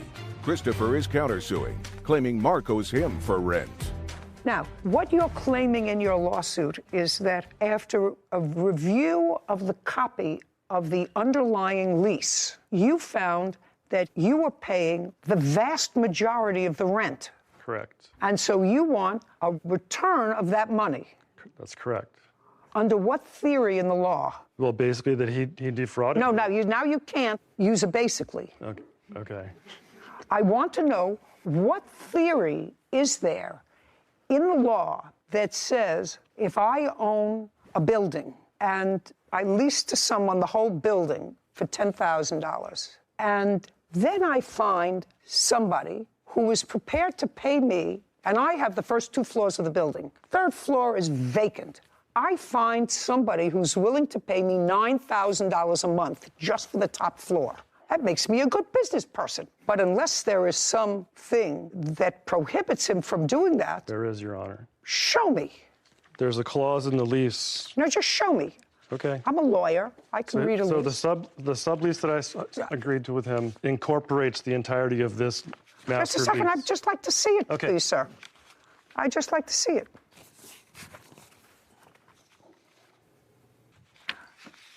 I assume you've highlighted what you want me to read. Correct. Okay. So what you're pointing to is that the landlord, his landlord, was not advised that you were subletting. No. Well, that's why signed by every tenant. So that was one of the things, because if you look at the second lease, the one that was altered by Christopher to remove those areas so I wouldn't be aware, or I wouldn't be able to enforce them, was because he moved his boyfriend in without getting my consent. And so it says in there that he needs written consent. I understand that that doesn't apply to me, but he thought it did. And so he used whiteout on the other lease that I gave to you to obfuscate those terms. I don't know how to put this to you, sir, other than to say, let me backtrack. What kind of work do you do? I'm a web developer. You work for yourself or for a company? I do. I'm an independent contractor. How long have you been doing that? 2 years. Prior to that, what were you doing? I was a system administrator. For whom? For a small company in San Francisco. How long did you work for them? 6 years. So for 2 years, you were an independent web developer, and you're still an independent web developer. Correct. And that's how you support yourself. Right. So you work out of your home. Right. And you've been working out of your home, you said, the last 2 years since 2020. This is 2022 or 19. Right. What do you mean, right? So it was yeah, it would have been. When you moved in 2018, were you an independent contractor? No, I was going to school. You were going to school? Right. For what? I went to. Just a second, for what? For web technologies. It was a program for web development technology. Did you go in person? Yes. It was an intensive. For how long? It was 3 months. It was 8 hours a day. Okay, so you went to school for 3 months. Right. During what period of time? January 2018 to end of March 2018. Okay, and at that time you were living with the plaintiff? Correct. Okay, so you needed a room for that 3-month period, and after that time, you supported yourself by being your own boss, by developing websites for It took people. me a while to find a job, but yes. What do you mean it took you time to find a job? The interview process to get work. I was interviewing. It was very hard to break into that industry. And so what did you do? So I started taking on independent work. So you never actually got a job outside of the independent work that you did? That's correct. So you support yourself by doing web development out of your home? Yes. So you used the home that you were living in, that room that you were renting, for not only your personal business, but you operated a place of business out of your residence. Okay. What do you mean, okay? Yes. Yes. I just want you to see how ridiculous you are. You want $10,000 because you overpaid what you consider your fair share of the rent. That's not going to happen. You come here, you didn't pay rent for at least 7 months because of COVID. You were working according to you. You were a web developer, still are. It's 2022 because you have no other job other than being a web developer. You stopped paying rent. You moved out after he did, correct? Well, did you pay? I'd like to correct in the month that you lived there, when you had put him out of his house because you were they were moving out. I did not put him out of the house. I thought that was a protective order. It was, but they were, and I put in the protective order that they were living with me, but they were moving, and so. No. They were living with you. You were living with them. Well, yeah, we were living together. No. You were living with the defendant. He wasn't living with you. You were renting a place, although you weren't paying rent from him, and the underlying landlord wasn't getting his money, all of his money, because he wasn't getting your money. And what's coming to me is that somebody got stiffed with rent, and that would be the landlord who rented you your place where you were living, because you didn't pay him the whole thing. You didn't pay him the whole thing. And now you want me, you're asking me, to award you $10,000 for overpayment of rent. Your Honor, could I clarify something? The times when I didn't pay rent, I was not working. It was during COVID, so the first couple months of the COVID lockdown, I lost all of my contracts, so I didn't have any money. And so using the COVID, there was a COVID process where you could, basically say that, There's no basically in there, only I used it once. I did not have the money to pay rent. I was not just making money and not paying rent. I would not do that. I was broke. All of my contracts dried up because nobody had any money. I was working for small So what are you companies. suing him for now? The government was very good to you. This is a very interesting America. It's a rent forgiveness, a rent moratorium. That doesn't mean the state where you live. What state do you live in? California. California.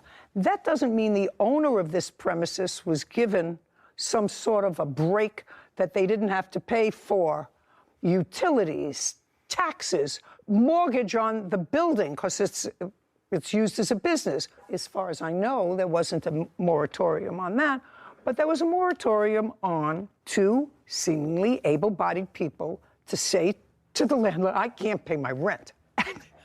To add insult to injury, you think that I'm going to give you $10,000 because he charged you more than whatever the third or 40% of your occupancy of the apartment, and he shouldn't have? That's not going to happen, sir. So forget it. I've been here a long time. If a landlord is owed $5,000, yes, he doesn't say, well, tenant owes me $5,000, but his apartment was clean. I'm going to give him back his $2,000 security deposit. That doesn't happen.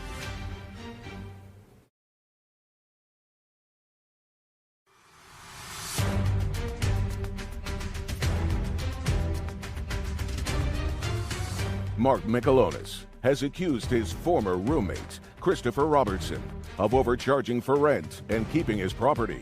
Christopher is countersuing Mark for unpaid rent. Now, you gave him a security deposit. That is part of your lawsuit. Correct. So I want you to forget the overpayment of rent because it is ridiculous. Okay. So now let's go to the security deposit part of your complaint. Did he give you a security deposit? He did, Your Honor. Now, he didn't pay rent because of this moratorium on rent. Did you get your security deposit back from the landlord? I did. How much? I believe I got the total amount for the entire apartment, which was approximately $2,000. And how much did Mr. Michelonis give you as a security deposit? He gave me $1,250 for the security deposit plus a $300 deposit pet deposit. Sometimes the pet deposit is refundable. Did you get the pet deposit back? I don't recall specifically if I got that back from the landlord. But you did get back your entire security deposit, which included his $1,250. Yes. Okay. That's correct. Let's hold that in abeyance for a moment, because now I'm going to go to your counterclaim. Sure. I think that's all I have to deal with. Oh, and property taken without permission. Did you get that property back? There was some... I did not. What property was it? There was a stone Buddha carving. There was some dishes, some glasses. Oh, give me a break. Do you have a stone Buddha carving? I have the stone Buddha carving. I have a small statuette, a rooster that is his, and a small metal... Great. Would you pack those up? Yes. Do you live close to each other? I haven't been able to because of our mutual restraining orders. Fine. Do you know where your local precinct is? Yes. Where is it located? I believe that the closest one would be downtown for me, downtown Oakland. Okay. You'll find out before you leave today. In 5 days, drop it off at the local precinct. Absolutely. Let him know when, and he can go pick up his Buddha. Yes, I don't want bad in my home.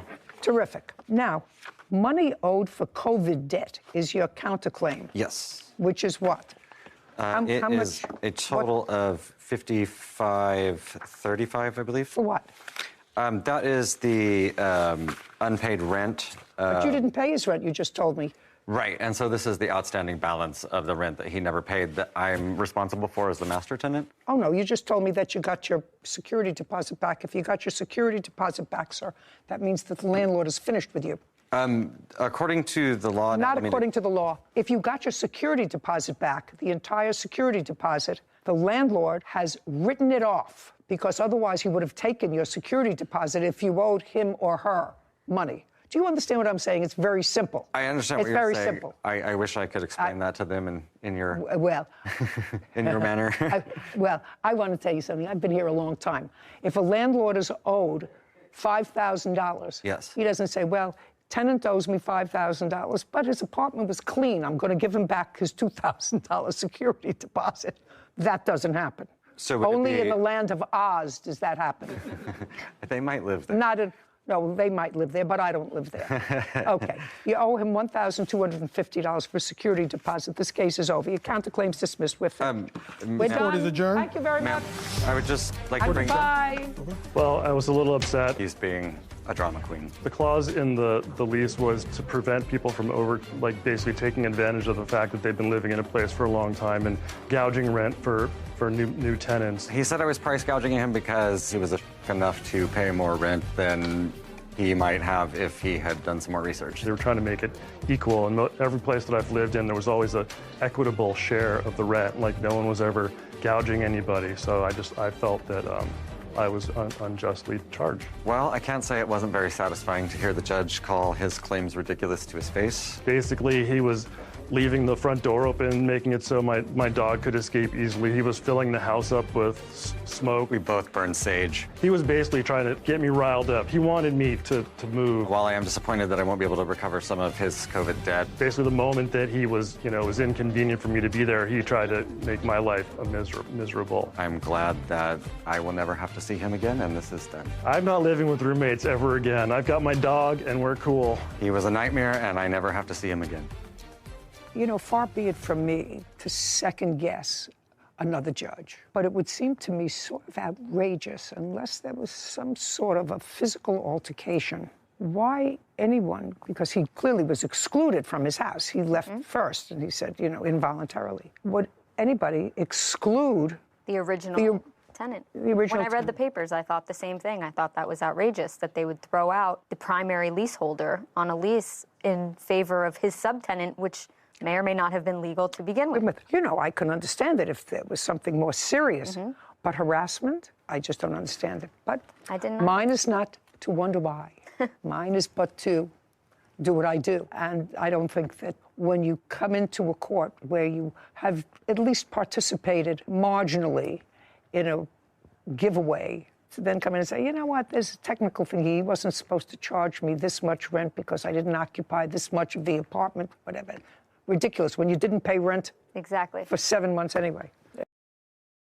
Dog walker Danielle Lancaster for damages resulting from a dog attack. Court come to order. All rise. Have a seat, please. Case number 2002, Kwan versus Lancaster. Mr. Kwan, succinctly, your case involves an attack of a dog that was being walked by Miss Lancaster. She was a dog walker. She didn't own the dog. Correct. Dog got away from her, and according to you, attacked your dog, and you want to be compensated to the tune of $10,000. Correct. You were neither hospitalized, correct? I was not hospitalized. You were neither hospitalized, and your dog was not hospitalized. Correct. I assume that you have some medical evidence as a result of this incident to show me that you suffered from a dog bite. Yes. Okay.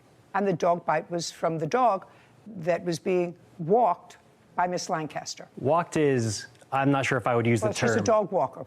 Yes, She's but it was off walker. leash. She's not the owner of the dog. Correct. The incident happened at what date and time? December 22nd, 2021 at approximately 1:30 p.m. And you were walking your dog, which is what breed? A 20-pound wiener dog mix. And you were a dog walker. How long had you been in charge of walking this dog? At that point, it was about a week. What kind of dog was it? I believe it was a boxer mix. Not 100% sure. How old? 2, 3 years old, give or take. Who are the owners of the dog? The owners, I can't remember their name. One of Mike, but I don't remember their last names. But you remember the owners' names? Yes. And it would be fair to say that you knew their names because you tried to sue them. I contacted them, yes, but did not sue them. And you contacted them because they're the owners of the dog and they have a house. Mm-hmm. Is not an answer. Yes.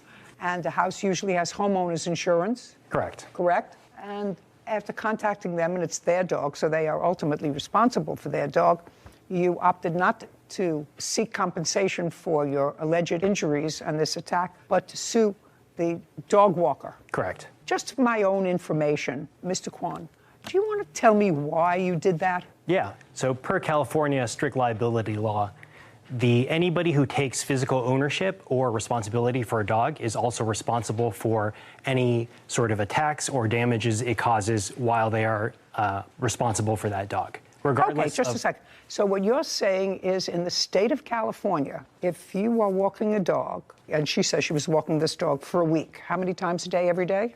2 times a day. Twice a day.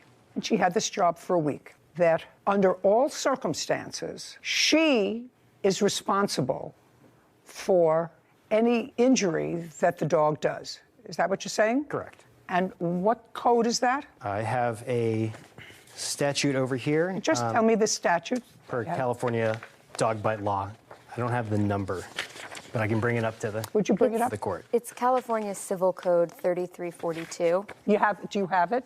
I could pull it up. I have my notes. Could you pull it up for me? And I'll come back to you in a second, Sarah. I'm just curious about it. Okay, now let's tell me about the incident, sir. Sure.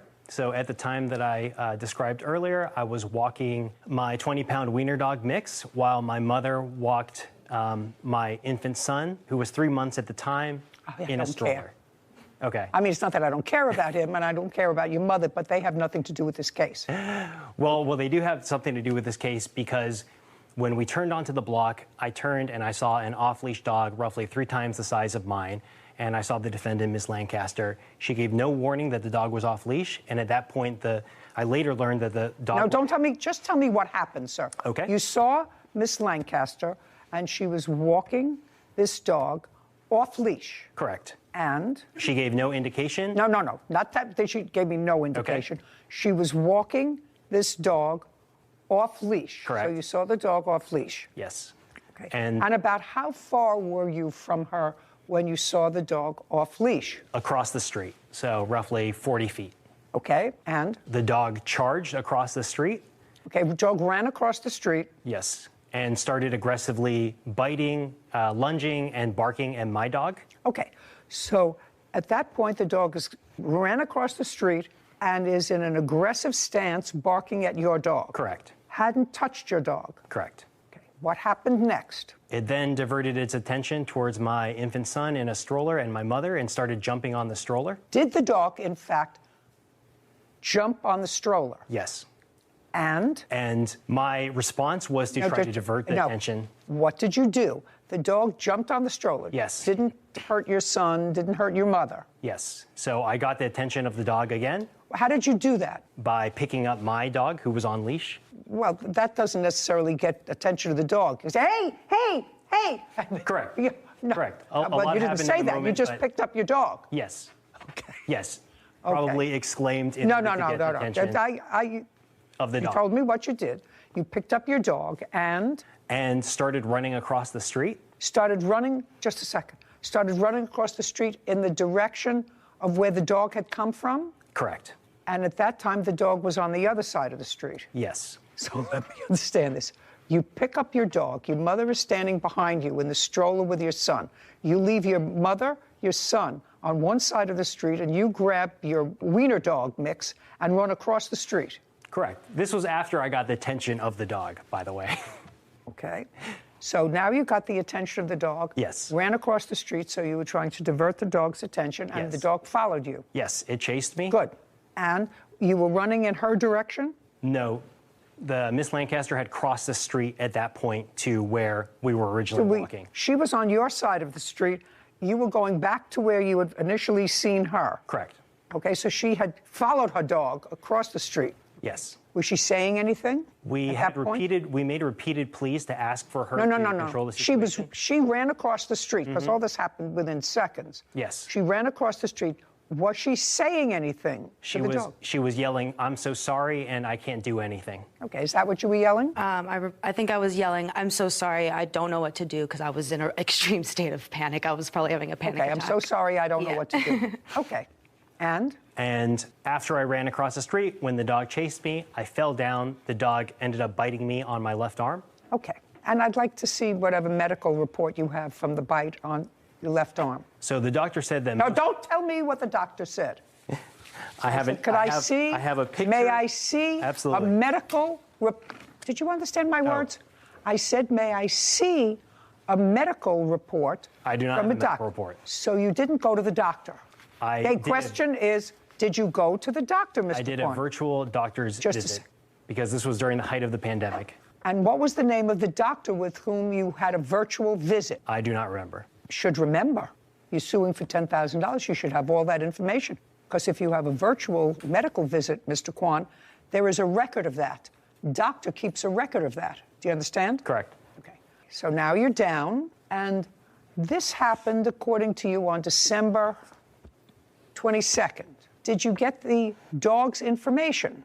I did. On December 22nd? Yes. When did you speak to the owners of the dog? I spoke to the owners actually that day because I wanted to get the rabies vaccination paperwork. Did you get the rabies vaccination paperwork? Yes. On the 22nd? Yes. Now I'll see your photograph, sir. I have that statute whenever you're ready. I got it. Timing is everything.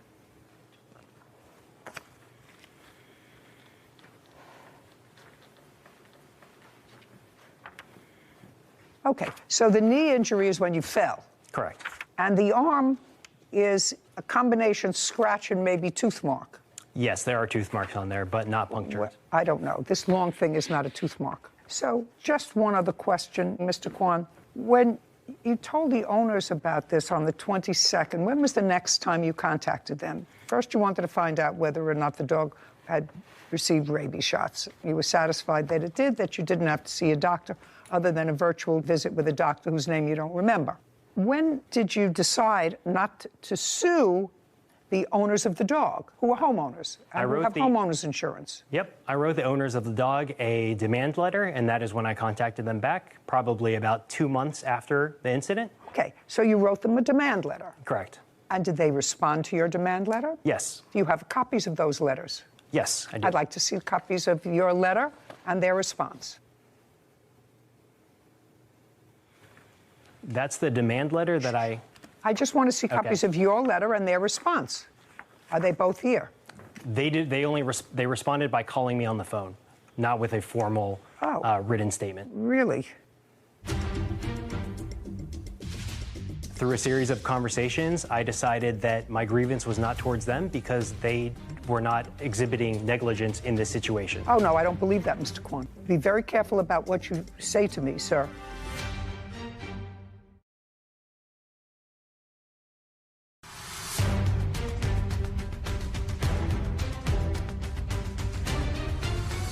Derek Kwan claims dog walker Danielle Lancaster owes for injuries resulting from a dog attack. Okay. Well, you say the dog's a pit bull. The dog was a pit bull? I believe so. Dog a pit bull? I asked after the incident. I did ask as well if it was a pit bull. They said no, it's a boxer mix. You have a video of the incident. You have a video. Somebody has a video. Yeah. Correct. Someone's Ring camera. Okay. I'm going to allow you to tell me what the owner said in the conversation that they had with you. I'm not accepting it for the truth of the statement, only that you had a conversation with them, which is why you brought this action against Miss Lancaster today. Correct. So they decided, we're not going to put this in writing. We're going to call Mr. Kwan. Correct. And what did they tell you? They were very amicable about the situation, and we're trying to solve the situation to make me whole. Being amicable is subjective. I want you to tell me what you said to them and what they said to you. What they said to me was that they would look into their homeowner's insurance policy in order to compensate me. Through a series of conversations, I decided that my grievance was not towards them because they were not exhibiting negligence in this situation. Oh, no, I don't believe that, Mr. Kwan.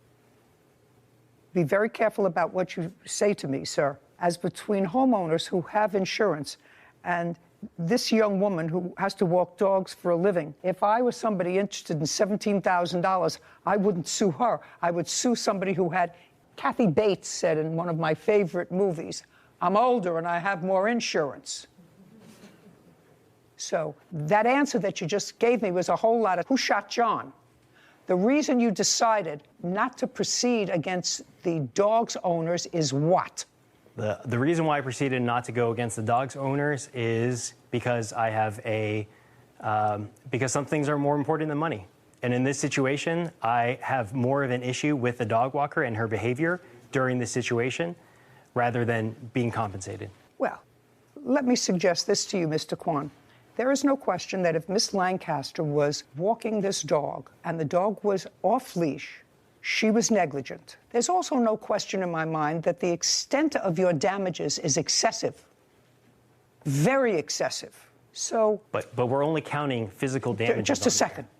What I'm telling you is the amount of your damages is excessive. And if you wanted anywhere near that money, you could have sued both people. You could have sued the owner of the dog, as not only did they have the dog that attacked you, but they have, as Kathy Bates would say, insurance. And you would join the defendant as a party to that action. You would say you're all responsible. You own the dog, which you say was a pit bull, which you say was a pit bull, who just mauled and killed somebody in New York last week. An owner. You didn't do that. So I'm not getting all of this kumbaya business that the person responsible. Do you understand? Yeah, I'm just not buying it, Mr. Kwan. We understand each other? Yes, absolutely. Okay. For somebody who has no medical, you had injuries, and you have to be compensated. You had no good excuse for walking the dog off leash. I wasn't walking him off leash. When I was in the house happened, I had a key on the other side of the door. When I reached for that key, he scooted as hard as I could between my legs and got out. It wasn't that I was walking him and just decided to take him off the leash. So you were negligent in letting the dog out? Unfortunately, yeah. Yes. But the dog had also been out for an hour at the time of the incident. Yeah, because when I was trying to get him back in, but many attempts, he was very hard to get in, and at that point, I was already having a panic attack, very emotional. No. Okay. Now, Miss Lancaster, let's get it together. Let's get it together. Mr. Kwan says that the dog was out for a period of time, and you weren't chasing the dog when he first saw you. You were in a walking mode. So the dog may have initially gotten out. Miss Lancaster, I'm an ecumenical abuser. Were you out with the dog for a period of time? Yes. Did you have a leash in your hand? I think is not an answer. Did you have a leash in your hand? No.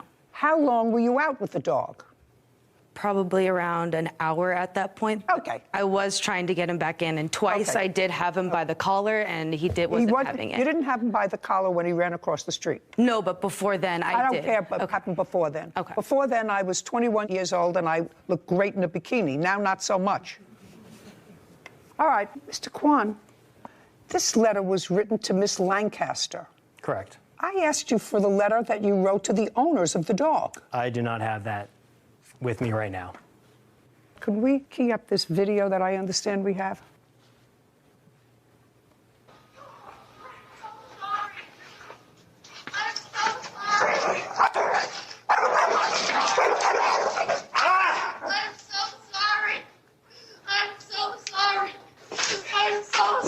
You can see my mother and infant son fleeing. I am so sorry. Call the person out. He bit me. I know I will, because he bit me too. I know. Just grab him by the neck. I can't. He bit me twice on my hand already. I don't know what to do. It's been an hour. I seriously don't know what to do. He bit me twice already. And I tried to get him on the leash, and he bit me twice. I don't know what to do. I am so sorry. I am so sorry. Can I see the beginning of that and see if you can freeze frame on the dog, please? By the way, you do have a leash in your hand. Yeah, I just realized. Yeah, I do have the leash, actually, so. I'm going to walk over to the monitor.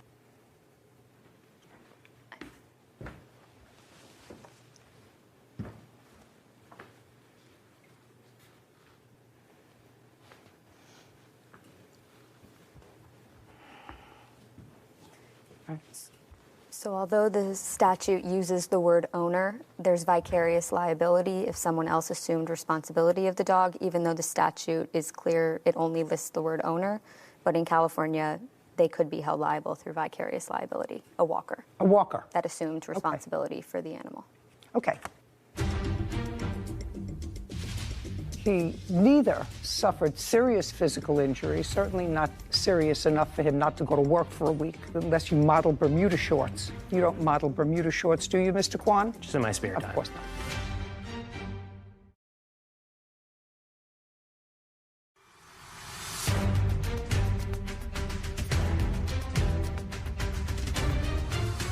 Derek Kwan says dog walker Danielle Lancaster owes for damages after he was attacked by the dog Danielle was walking. Okay, so, Miss Lancaster, it does appear to me that you were sort of overwhelmed by this dog. Yes. But very much. Bottom line is that Mr. Kwan was injured and frightened, not seriously injured, but seriously enough that if it were me, I would be furious as a result of your negligence. And he neither suffered serious physical injury, certainly not serious enough for him not to go to work for a week. I don't know what kind of work you do, but not serious enough unless you, unless you model Bermuda shorts. You don't model Bermuda shorts, do you, Mr. Kwan? Just in my spare time. Of course not. And you had no medical bills because you didn't see a doctor. But you were attacked. And I actually don't know why you didn't sue the owners of this dog, which looks scarcely like any boxer I've ever seen. And it is possible in California that certain dogs are not insurable. I don't know the answer to that question. It will not insure you in a homeowner's policy if you have a certain kind of dog. Are you familiar with that, sir? Yes. What are you familiar with? You're very familiar with statutes. So what is the law in California with regard to insurance? Can you be denied insurance or have to pay an excess premium if you have a dog that is either a pit bull or a pit bull mix? I believe so. You believe so. And would it be a fair statement, sir, that their homeowners either covered their dog or didn't? They were looking into it, and they had renter's insurance that I believe covered it. That you believe covered it? Oh, very foolish of you not to go against them. Okay. If you accept responsibility for a dog, you're supposed to be smart enough to look at a dog and say, you know what, why would you ask what kind of dog this is? Now, you let the dog out, and the dog was out with you for an hour. Yes, yeah. And during that time, you were walking around the neighborhood, and you had sufficient opportunity. You were walking around the neighborhood. I wouldn't say walking. I was clearly trying to get the dog back in, and twice I did have him by the collar, and that's what I said in the video. I had him by the collar, and then both times he turned to nip at me on my wrist, so which is why I let go, because I didn't want to get bit. I know, you said it. So I was trying to have him follow me, which is what the owners told me to do. I had treats in my hand. So you called the owners? Yes, I did call the... You called the owners, and you told the owners what was going on? Yes, I did. They knew what was going on. I would have sued the owners. Mr. Kwan, I would have absolutely sued the owners, unless they didn't have insurance that covered the dog, which is a problem for them if they had renter's insurance. In any event, Miss Lancaster, you assumed responsibility of this dog, and based upon your own negligence, forget about the dog's breed, forget about these other people. As a result of your negligence, he was injured, and you have to compensate him for that. Judgment for the plaintiff in the amount of $5,000. We're finished. Court is adjourned. I don't think he even got bit. The doctor said that most of my injuries were emotional, but I did receive a bite from the dog onto my arm, but not a puncture wound. I think he just, wanted some extra cash from me because I was probably an easier target. Even though I didn't have any physical injuries, who knows how long my night terrors will last for. I was literally having the whole panic attack, which is why, I had the reaction I did. Yeah, I totally understand that, but the dog was off leash for an hour. She could have called the police or animal control during that time. Don't open the door even in the slightest to a dog. Just wait till, they're away and gone. Mostly my MO is getting back at those that I have grievances against. Let's not even get started with dog breed, because I think the world knows where I live in that street. Mm-hmm. And 10 days ago, a woman who was watching a pit bull for one of her children, 64-year-old woman, her husband came home from work and found the dog eating her in the backyard. Sadly, she died. And there are certain breeds that are more dangerous than others. People have to recognize that. And if you choose to get a dog that is potentially more dangerous, Sarah, and I know that there are pit bull lovers out there and say, mine is the sweetest, mine is the loveliest, but then you have to accept responsibility if there's an issue. And clearly this dog was an issue because I believe this young woman. Mm-hmm. Didn't you believe her? I believed her, and I think that dog walkers should also be cautious of what animals they're choosing to walk, because she could be held vicariously liable. So you might want to stick to 5-pound chihuahuas from now on, maybe. Right. I mean, she was visibly very distressed. Upset. Visibly. And she said on the video, he bit me twice on the hand because she tried to get a hold of him. But she was still out with the dog for an hour. But he was, in fact, injured. Mm-hmm. And whether he went to the hospital or not, that's pretty traumatic. Yeah. I don't think you can level it down to actual damages from a bill, but there's some component of punitive damages as well for the pain and suffering and trauma from an event like that. That's true. But forget falling down and being attacked by a dog. Our family would feel as if you know, you've got a splinter in your hand as a result of somebody's negligence, or a nail that went into your foot as a result of somebody being careless, is very frightening. Anyway, people have to use their noodle, and your noodle is up here.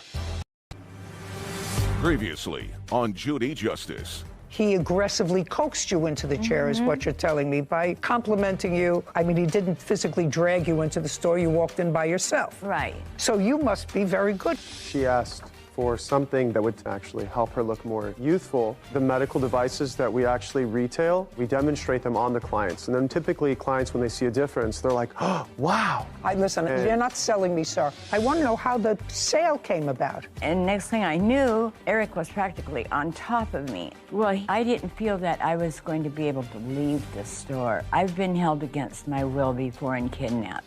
Who hired you? Wasn't hired. I was in business with him. Okay, well, but it's getting more interesting. I'm sorry. And who leases the store where you are? Don't look up in the air. It's going to get only worse. And now, the conclusion. Linda Bernadeschi is suing salesman Eric West for deceptively selling her skincare products she never wanted. You know, I'm not sure she's entitled to a refund on all the products that she bought. I'm not thoroughly convinced yet that this was a situation where she was held against her will.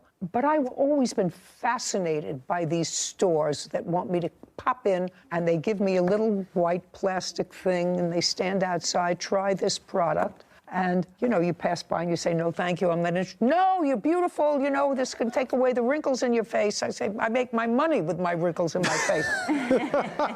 Right? And I don't want to take them away. I want them to stay. So that's what it is. So I've always been fascinated as to the business aspect of it. And I digress for a moment because there was some scam company that was all over the internet that said I had created a skin line years ago. Couldn't find them.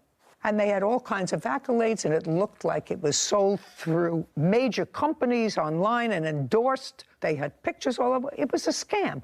And they've done the same thing to numerous other people. And it's all scam. And you can't find them because they're on telephone banks someplace, here and here. And as soon as the federal authorities get to one, they close down one and they go someplace else, sometimes offshore. So we were unable to find them. So all you could do is get on the horn and say to people, I don't own a skincare line. I've never endorsed a skincare line. Don't buy products that say that they're mine. So I've always wanted to know about these guys who stand in front and try to get you into the store with a little packet of freebies. So now it's your joint business? Yes. How much did you put up? I honestly, I can't recall. You can't recall how much money you put up? You've only been there 3 years. I know, I don't remember how much the initial investment was. Well, give me an idea. Was it $5,000, $500? A lot more than that. Well, if it's a lot more than that, you want to tell me how much your contribution was. Couple hundred thousand. It was a couple of $100,000. That was your contribution to the store. Mm-hmm. Uh-huh is not an answer. Yes, Your Honor. Where did you get the $200,000 from? I worked for it. For whom? I worked different jobs. How old are you? 37.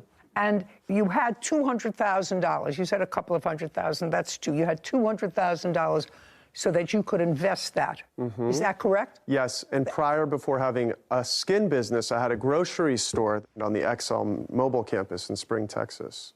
Okay. We generated some revenue, and so I thought to open a spa and do products, sell products, and go that route. And I really do pride myself in integrity.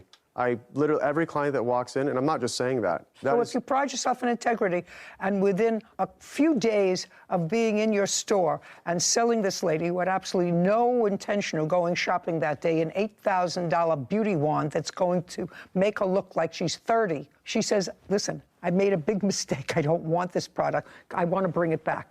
Let's say I keep the creams, but this was $8,000, and I don't have that. Why didn't you take it back? Your Honor. That's a question, Mr. West. If you pride yourself on integrity.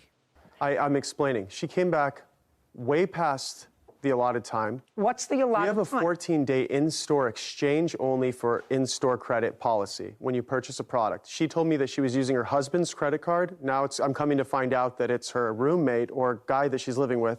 I don't know the whole story, but I can tell you that the whole interaction with her was extremely professional. There was no aggression. I just asked you why now you have a lady who I've met, actually. Yes. Just here, and she gets home and she said, my God, what did I do? How did I get this? A lot of fast talking here and a lot going on, and now I'm walking out with almost $10,000 worth of product.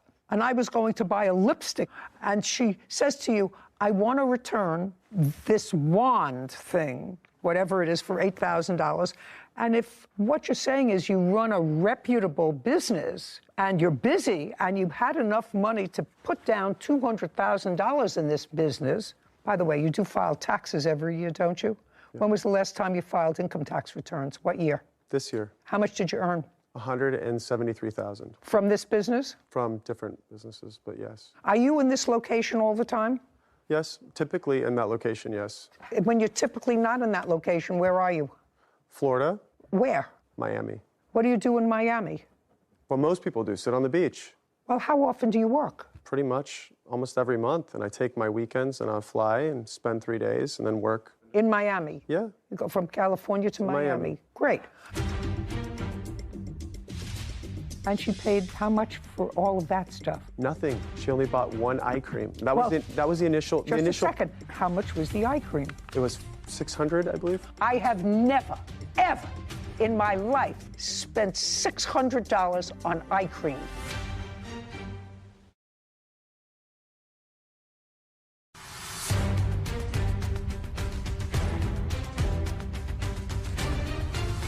Defendant Eric West claims the plaintiff, Linda Bernadeschi, purchased products with a no-refund policy. Linda felt she could not leave unless she bought the items. So you still haven't answered my question. She comes into you within a relatively short period of time after she purchased all this product. She said, I don't have the money. I have to return this piece of equipment. And you said that she... Oh, sorry, I apologize. Ahead. She said that she found the products cheaper online a week and a half to 2 weeks later. She was upset. Just a second. Did you call and say you found the products cheaper online? Yes, but it wasn't 2 weeks later. How much later? A week at the most. Oh, which products did you find cheaper? The wand. I couldn't find the other products at all. Okay, but you said you found the wand cheaper. Is that what you told him? Yes. Now, you looked for the wand. You had to go on, like Sarah does, on the machine. Right. And look for it.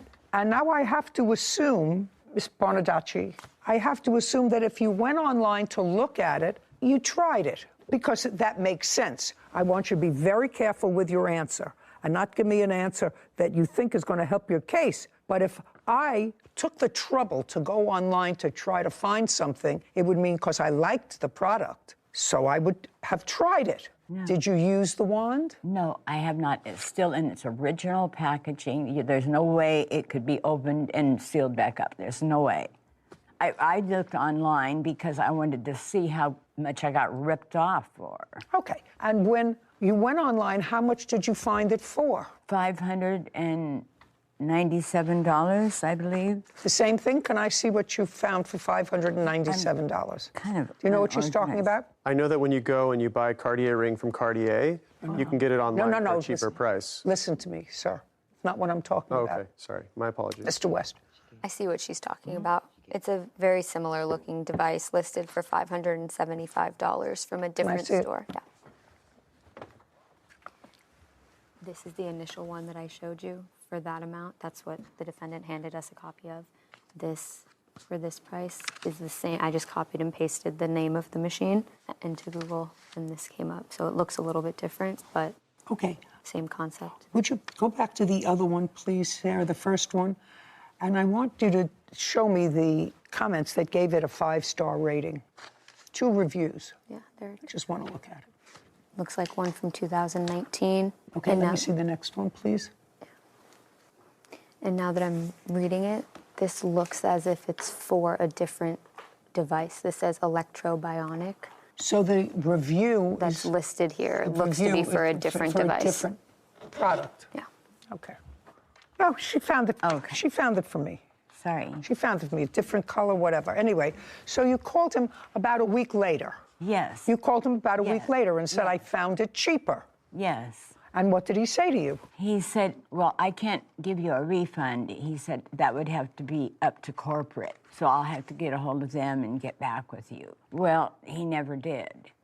Taking what you say is true, you called him a week later and said, I found this very expensive product. The other thing were facial creams and potions and lotions, whatever. I'm not so concerned about those. I'm concerned about this $8,000 item. So you called and said to him, with regard to the $8,000 item, I found it cheaper. I don't think I told him that, no. Okay, now let me read the police report.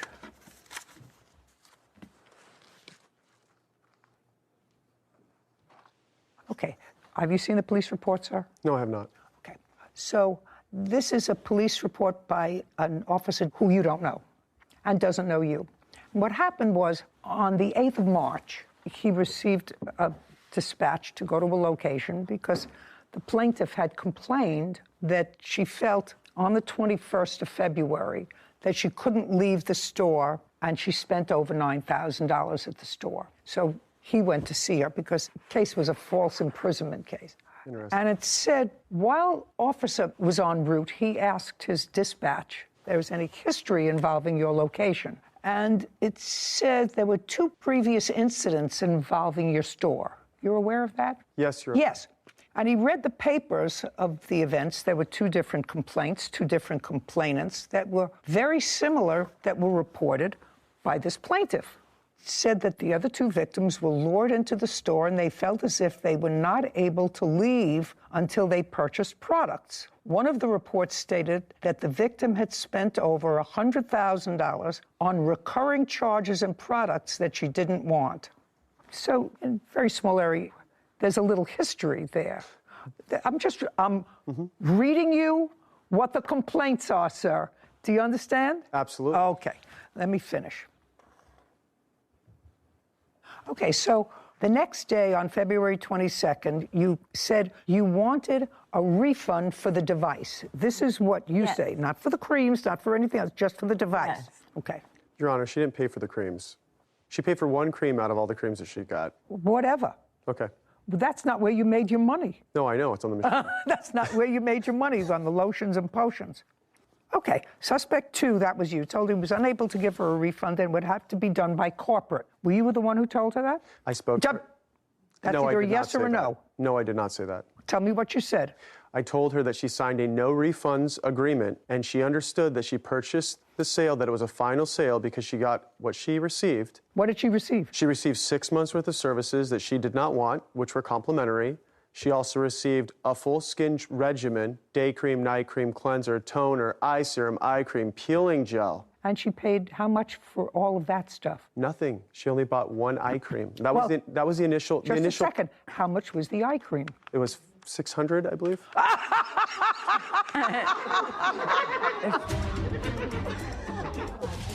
Do you still run that place when you're not sunning in Miami? No, and those are the only. Just a second.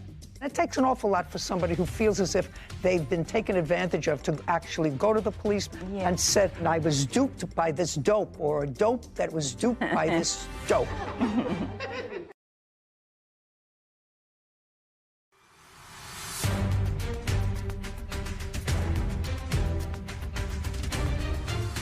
Defendant Eric West claims the plaintiff, Linda Bernadeschi, purchased products with a no refund policy. Linda felt she could not leave unless she bought the items. The eye cream was $600. Okay. All right. Mr. West, I'm not going to waste any more time with this case. You're going to get your $8,000 back when Mr. West gets back his sealed wand. Do you understand? Yes. If it's been opened... It hasn't. If it's been opened, it belongs to you.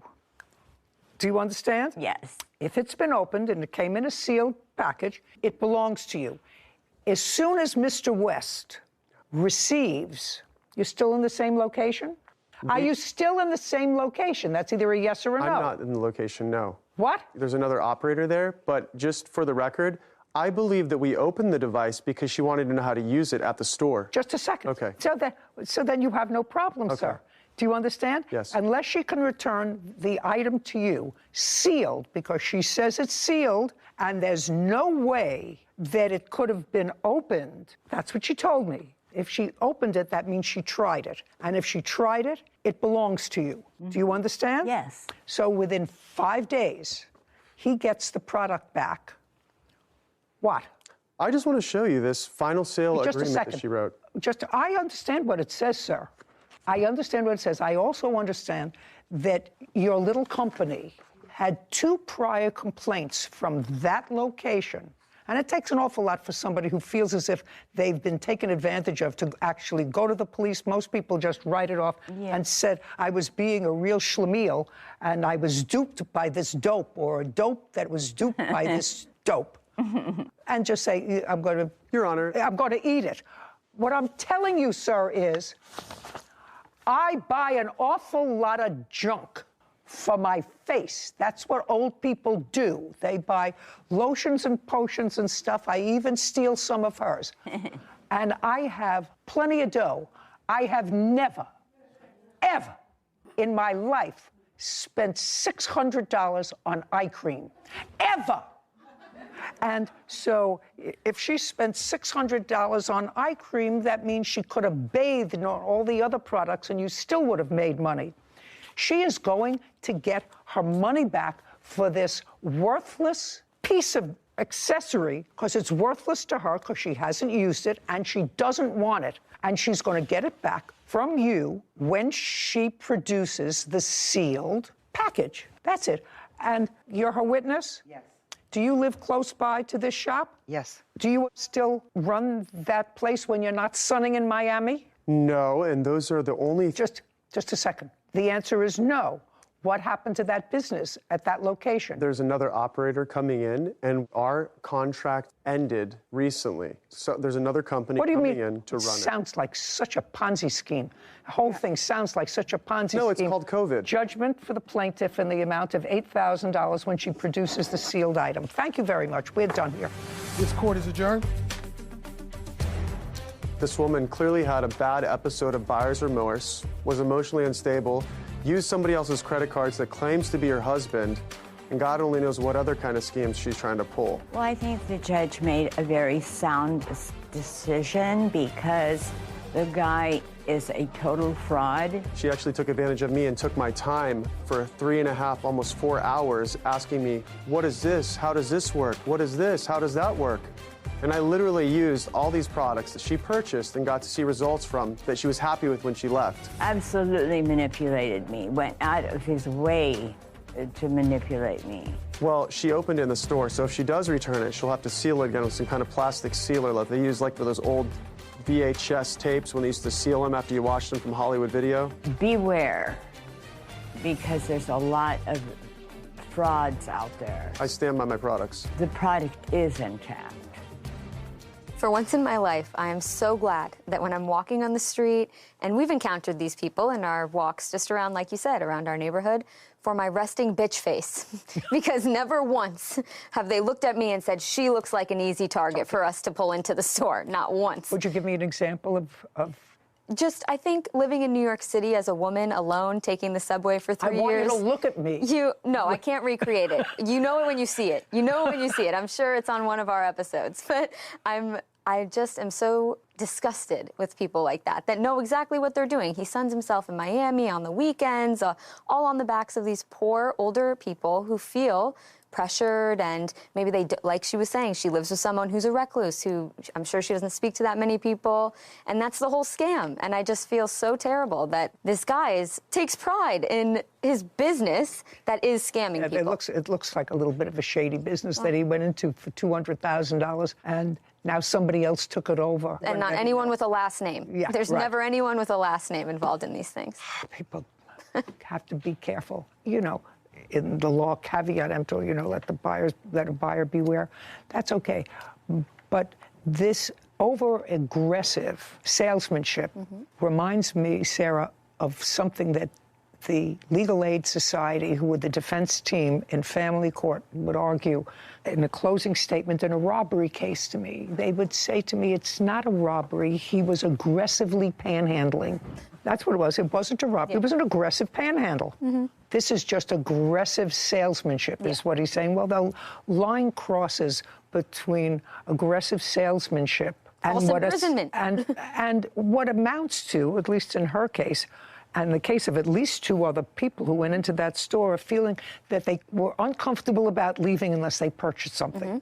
You know, you and I are tough birds. We would, you say, well, we're leaving. Oh, really? We're not leaving until we buy something? Yeah, right. But some people can't do that. That's not in their character. Anyway, if somebody puts them out of business, another business will just pop up. Because as, I don't know, was it W.C. Fields said, there's a sucker born every minute. I'm not a... Christian Sanchez is suing his former employer, Juan Vasquez, for unpaid work and defamation of character. Court come to order. All rise. Be seated, please.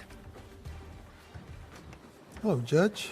Case number 2007, Sanchez versus Vasquez. Thank you. You're welcome. Mr. Sanchez, how old are you, sir? I'm 26 years old. And what is your educational background? I have a bachelor's degree in film that I got from Full Sail University. I'm currently... Slowly. I'm sorry. You have a bachelor's degree from? Full Sail University. Where is that? Orlando, Florida. Orlando, Florida. That I can hear. You have to understand, when you're dealing with someone of my age, you have to sort of factor that into your speech. People who are 26 may be able to follow you. I'm senior. I need people to speak slowly so that I can follow them. I got you. So you got a bachelor's degree from a university in Florida and graduated when? I graduated in 2018.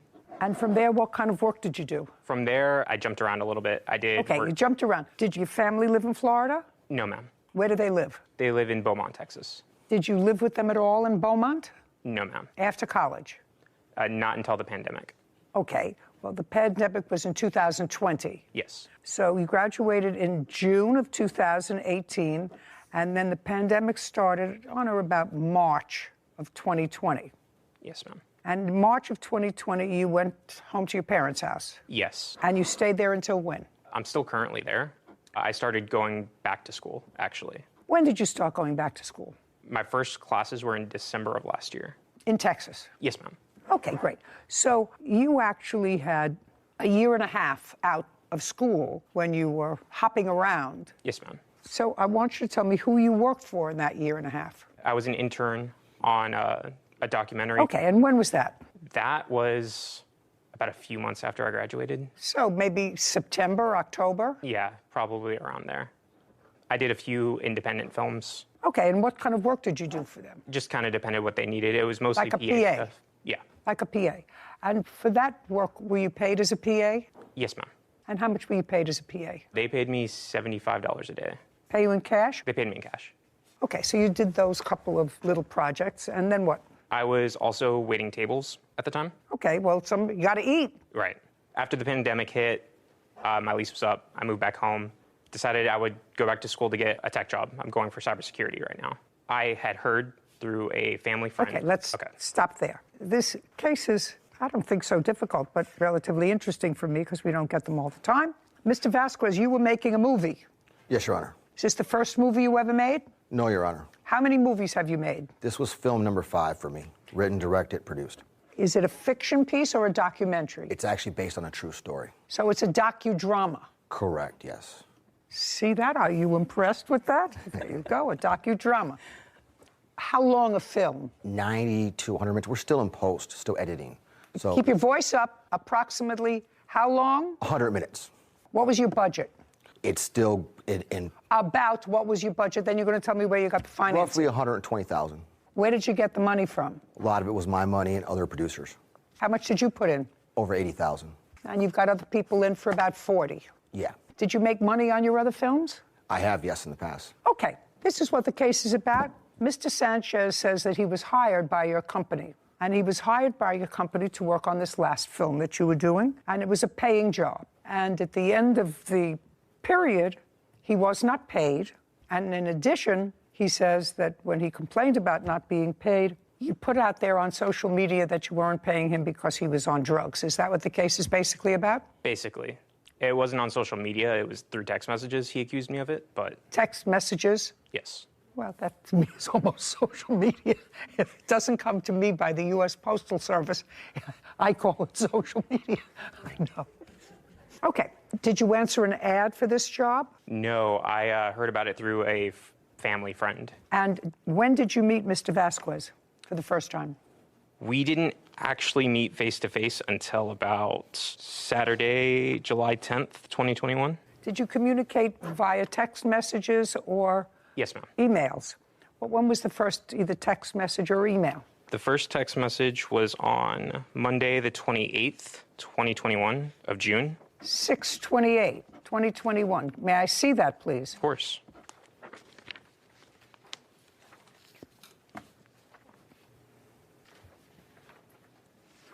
And this one, too. Sorry.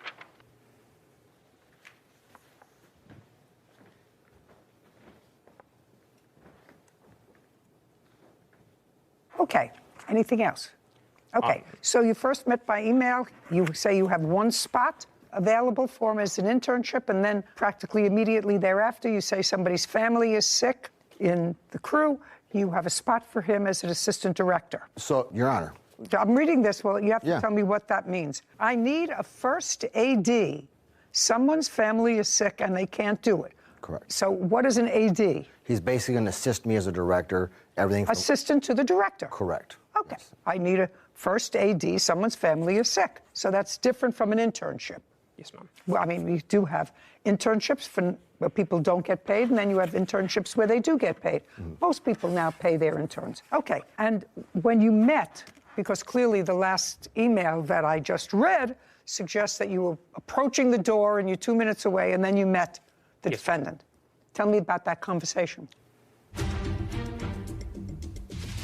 The thing that I find most troubling here, actually, for the both of you, is he says that you told him not to tell the rest of the crew that he had COVID because they would freak out.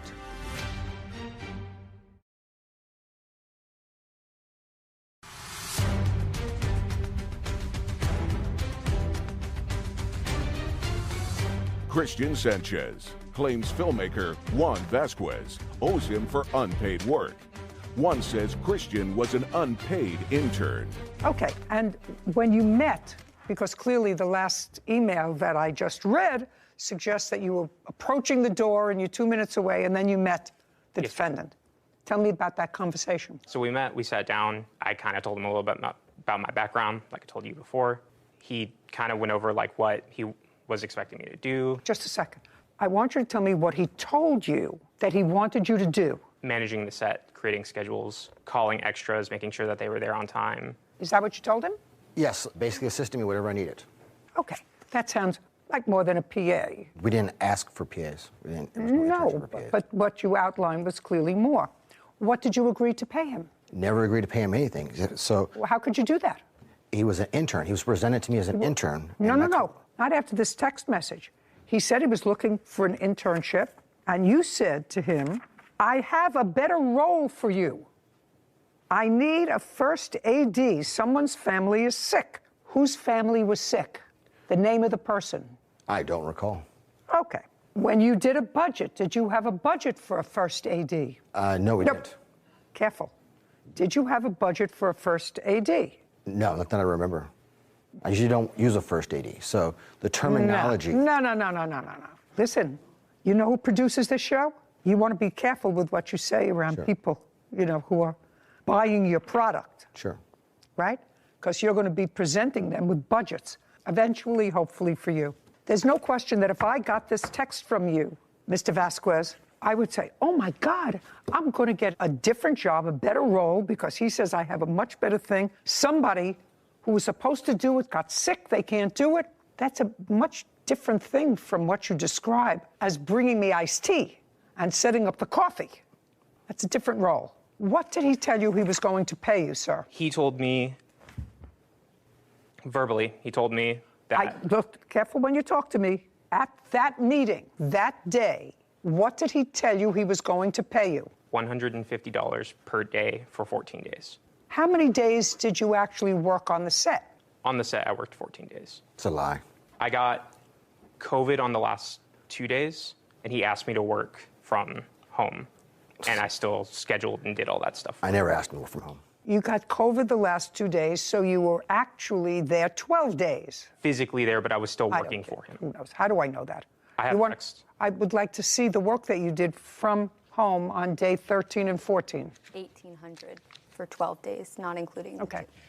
On those specific days, I have it on my phone. Could I pull it up? No, I want to see what you did. If you did work, you sent emails out, you sent scheduling out, and you would probably have to have a conversation with your boss and say, I have COVID, but I'll do whatever I could do from home. I have all of that. I'd like to see it. Yes, ma'am. Your Honor, if I may interject. Yeah. So he shows up to the set sick with COVID, gets everybody sick. I had to call the next day of filming because of that. Are you talking about after he was there for 12 days? Yes, I'm talking about that particular part, but I'm talking about he was there for 12 days. He didn't have COVID for 12 days. we don't know that. Well, who knows that? I don't know if you have COVID. We just got tested, Your Honor. Who knows if you have COVID? Who knows if I have COVID? All I know is I came to work today. I expect to be paid. I wouldn't come to work if I was sick and laying in bed and feeling nauseous and... Your Honor, if you had a remote position, that'd be different. He didn't have a remote position. I'm not talking about his 2 days. He was there 12 days. He did it throughout the course of the project. He was never on time. I don't care if he was never on time. If he was never on time, sir, then you fire him. There was days he was not on set. Listen to me. Okay. If he was never on time, then you tell him don't come back after the second day. But if you let him come for 12 days and do whatever he does, I mean, you know, Mr. Vasquez, I'm going to make this as painless for you as possible. There are some employees that I have had over the years that were terrific. Some not so terrific, some terrible. The terrible ones, who were really terrible, who I would have liked to have fired, period, I couldn't do it because of human resources. Sure. They have a whole protocol, volumes, like an Encyclopedia Britannica, what you have to go through to fire somebody who's not doing their job. Right.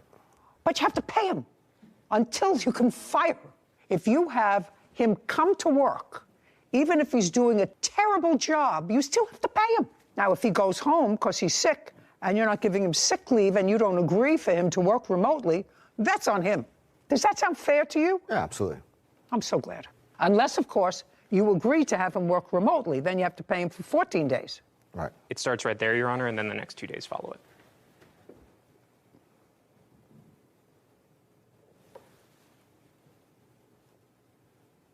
JV, that's you? Yes, ma'am. JV, that's you. So you did, in fact, confer with him from home. Tell him to order food, to picking it up. I don't care if he worked for you for a half hour. He's not your friend. The thing that I find most troubling here, actually, for the both of you, is he says that you told him not to tell the rest of the crew that he had COVID because they would freak out. Correct. And he didn't tell the rest of the crew As far that as he I had know. COVID. Well, you told him not to. And he said, okay. Well, you have to know, as a good citizen, that's not the right thing to do. You do understand that. And, you know, by not having him on the set, we thought that was proper protocol. No, you're supposed to notify people who you came into close contact with. You know, I remember they had this whole contact tracing. I know people call all the time the and say, reality you know, is, Your we Honor, were out everybody together that was a month on ago. the set. What? The reality is, everybody that was on the set, we did discuss the fact that he had COVID, so people knew that. I don't care whether people knew that. It says here, I won't say anything to the rest of the crew, like you said. Yeah, because I I didn't want understand to that you don't want everyone to freak out. I just find that troubling. In any event, it's just he like clearly yelling bomb in an airport. You know, that would create a bigger hysteria. Well, that's what COVID is. COVID is a bomb in an airport. We conveyed to everybody on the set what was going on. The reality is, this man was presented as an intern, never said paid internship. Once he got on the set, he tried to strong-arm us, then demanded the money once he had all the information on the set. We didn't hire him. We didn't post a job for him. We made a job for him because a producer called me up. This is when nepotism goes bad. This kid couldn't even order pizza, Your Honor. He spent $300 at Domino's. Who spends $300 at Domino's? Mr. Vasquez, then you fire him. I should have Do fired you him. understand? I should have fired him. Then your recourse is to fire him. And you're a little company that doesn't have a HR department. Say, you know what? What's your first name? Christian. Christian, you're a nice guy, but it's not working out here. We're going to pay you for 3 days because that's what you were here. Don't come back. I'm going to get somebody else. And we should have done that, Your Honor. But that's what you should have done. Yes. But that's not what you did. You continued to use whatever limited services he provided, even when he was home with COVID. Yes. Even when he went home with COVID, you continued to ask him to do things for your company and for the film, and that you can't do without compensating him. You gave him a job, and if he didn't work out, say, what was the name of that woman from that show that says you're fired or something? The weakest link. Weakest link, that was the lady. She was terrific. Well, anyway, you say you're fired. That's easy.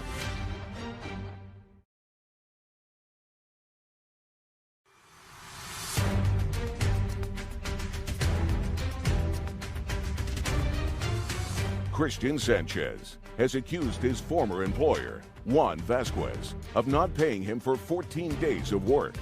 Juan claims Christian was incompetent and never a paid employee. Okay, even when he went home with COVID, you continued to ask him to do things for your company and for the film, and that you can't do without compensating him. You can't. Okay. So you owe him $2,100 because I assume you paid him nothing. Now, let's get to the second part of your claim, which is defamation. That I'd like to see. I mean, if you're going to be a producer, if you're going to make films, sir, you have to understand. Say you're not working out, you're fired. Something that I would love to be able to say a lot. I agree. Not working out, you're fired right away. without risking my house and my car and my dog. I was taking him on as a basically. I don't care what you were thinking. That's not what you said. Asked me to take him on. That's why I took him on. He actually called me and told me how just good of a a second. job I was doing. It doesn't require an answer. Okay. And I can show the messages, how he came to be on the set. He was presented. Just a second. I don't care how he was presented to you. If your Aunt Tilly said, do me a favor, this is my godson. It was his Aunt Tilly. He hasn't been able to get a job since he graduated from college. He hasn't made He's home. He's home in the attic of his parents' house playing the guitar. We want him to have a job. It's irrelevant. You gave him a job. And if he didn't work out, say, what was the name of that woman from that show that says you're fired or something? Well, anyway, you say you're fired. That's easy. Do we remember the name of that woman from England who had a show where she said, you're out, get out? I don't know. She was terrific. Let me see. The weakest link. Weakest link. That was the lady. Perfect. Thank you. And that's a direct text message to him. I never posted on social media. Oh. It was actually a group text. Just a second. So, Mr. Vasquez, in here, you say to him, this is the second part of his case, which is for defamation. And that's okay. He didn't defame you. Okay. Sir, he said they're taking you out of the credits, but you were never promised credits. In the contract, it says I am. Let me see where in the contract that said you'd be in the credits. And I didn't even know there was a contract. I thought He's you had also done this before. Shh, shh, shh. It says you employed him as an actor. Your Honor, I'm signing actor agreements every day. He put that in front of me to sign. Why would I sign an actor agreement for a first AD? Just a second. Sir, is this the agreement he put in front of you? Or did you? I sign actor agreements every day on the. You're a business guy. Yeah. I'm a business lady. That looked like an actor agreement. That's why I signed it. Actor agreement. That's what it says. Yeah. He's not an actor. Don't sign it. It says you agreed to pay him $150 a day for 4 days of shooting. 14. 14 days of shooting. And that he will be responsible for paying all the taxes on it. So he was going to be paid. I didn't write that out, Your Honor. Kevin, would you show this to him, please, and see if he can identify that as his signature? I'm going to check here to see if it's his signature. It looks like his signature to me. Mr. Vasquez, it appears to be the same signature that you used to sign the answer. Yes, Your Honor.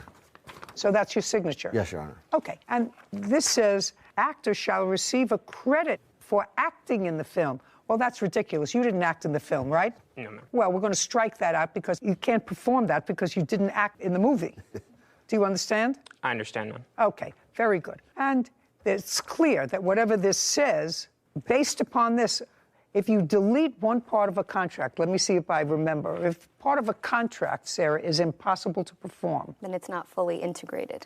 and one party acts on that contract, and you can retain part of the contract because of services that were rendered pursuant to the contract, you can eliminate one part. Yes. So I can eliminate the actor part of getting credit. So you're not getting credit on this. You're entitled to the $150 a day. As far as the defamation is concerned, sir, what he said in here was clear.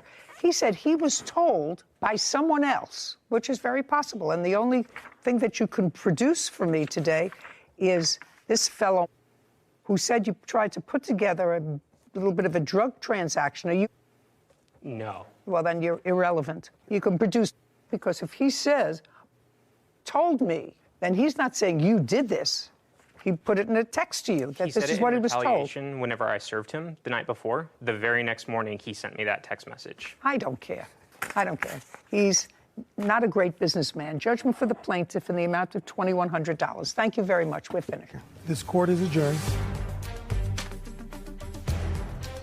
I thought she was very fair. I'm really, really happy with how the judgment came out. He was an intern. Interns aren't paid. It never said paid internship. He tried to avoid signing a contract at first. The reality is, with a budget, we would love to pay the kid, but he cost us more money than he was actually worth. He lies constantly. Nothing's ever his fault. He always makes up a new scenario in which he's the victim. He couldn't even order pizza. I mean, who spends $300 at Domino's? Handed me the actor's agreement, told me to sign it. No more nepotism. If I don't know him, I've embedded him. I don't want them on the project. A little bit weird, but it had everything. And this kid is going to go be a cybersecurity guy. Always save your receipts, dude.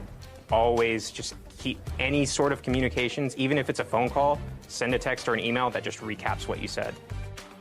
I was so happy to vent for a moment on the current inability to fire inept people and to fire people who aren't doing their job, which has been getting worse over the last quarter century. I actually believe that HR is a vital service for people who are unjustly, based on something other than their performance, treated badly by an employer. Mm-hmm. And harassment in the workplace, I think, is important. Anyway, I got that out of my system. The contract. Yeah, the contract. I think it was unenforceable to begin because I think the form was clearly erroneous. It wasn't the proper form. He wasn't an actor. Both of them knew he wasn't an actor. Right. However, it was signed by both parties, and there was substantial performance on behalf of the plaintiff by showing up to work every day, performing his duties under the contract. So as soon as he substantially performed the contract, the defendant can't then claim it's unenforceable. First of all, because he's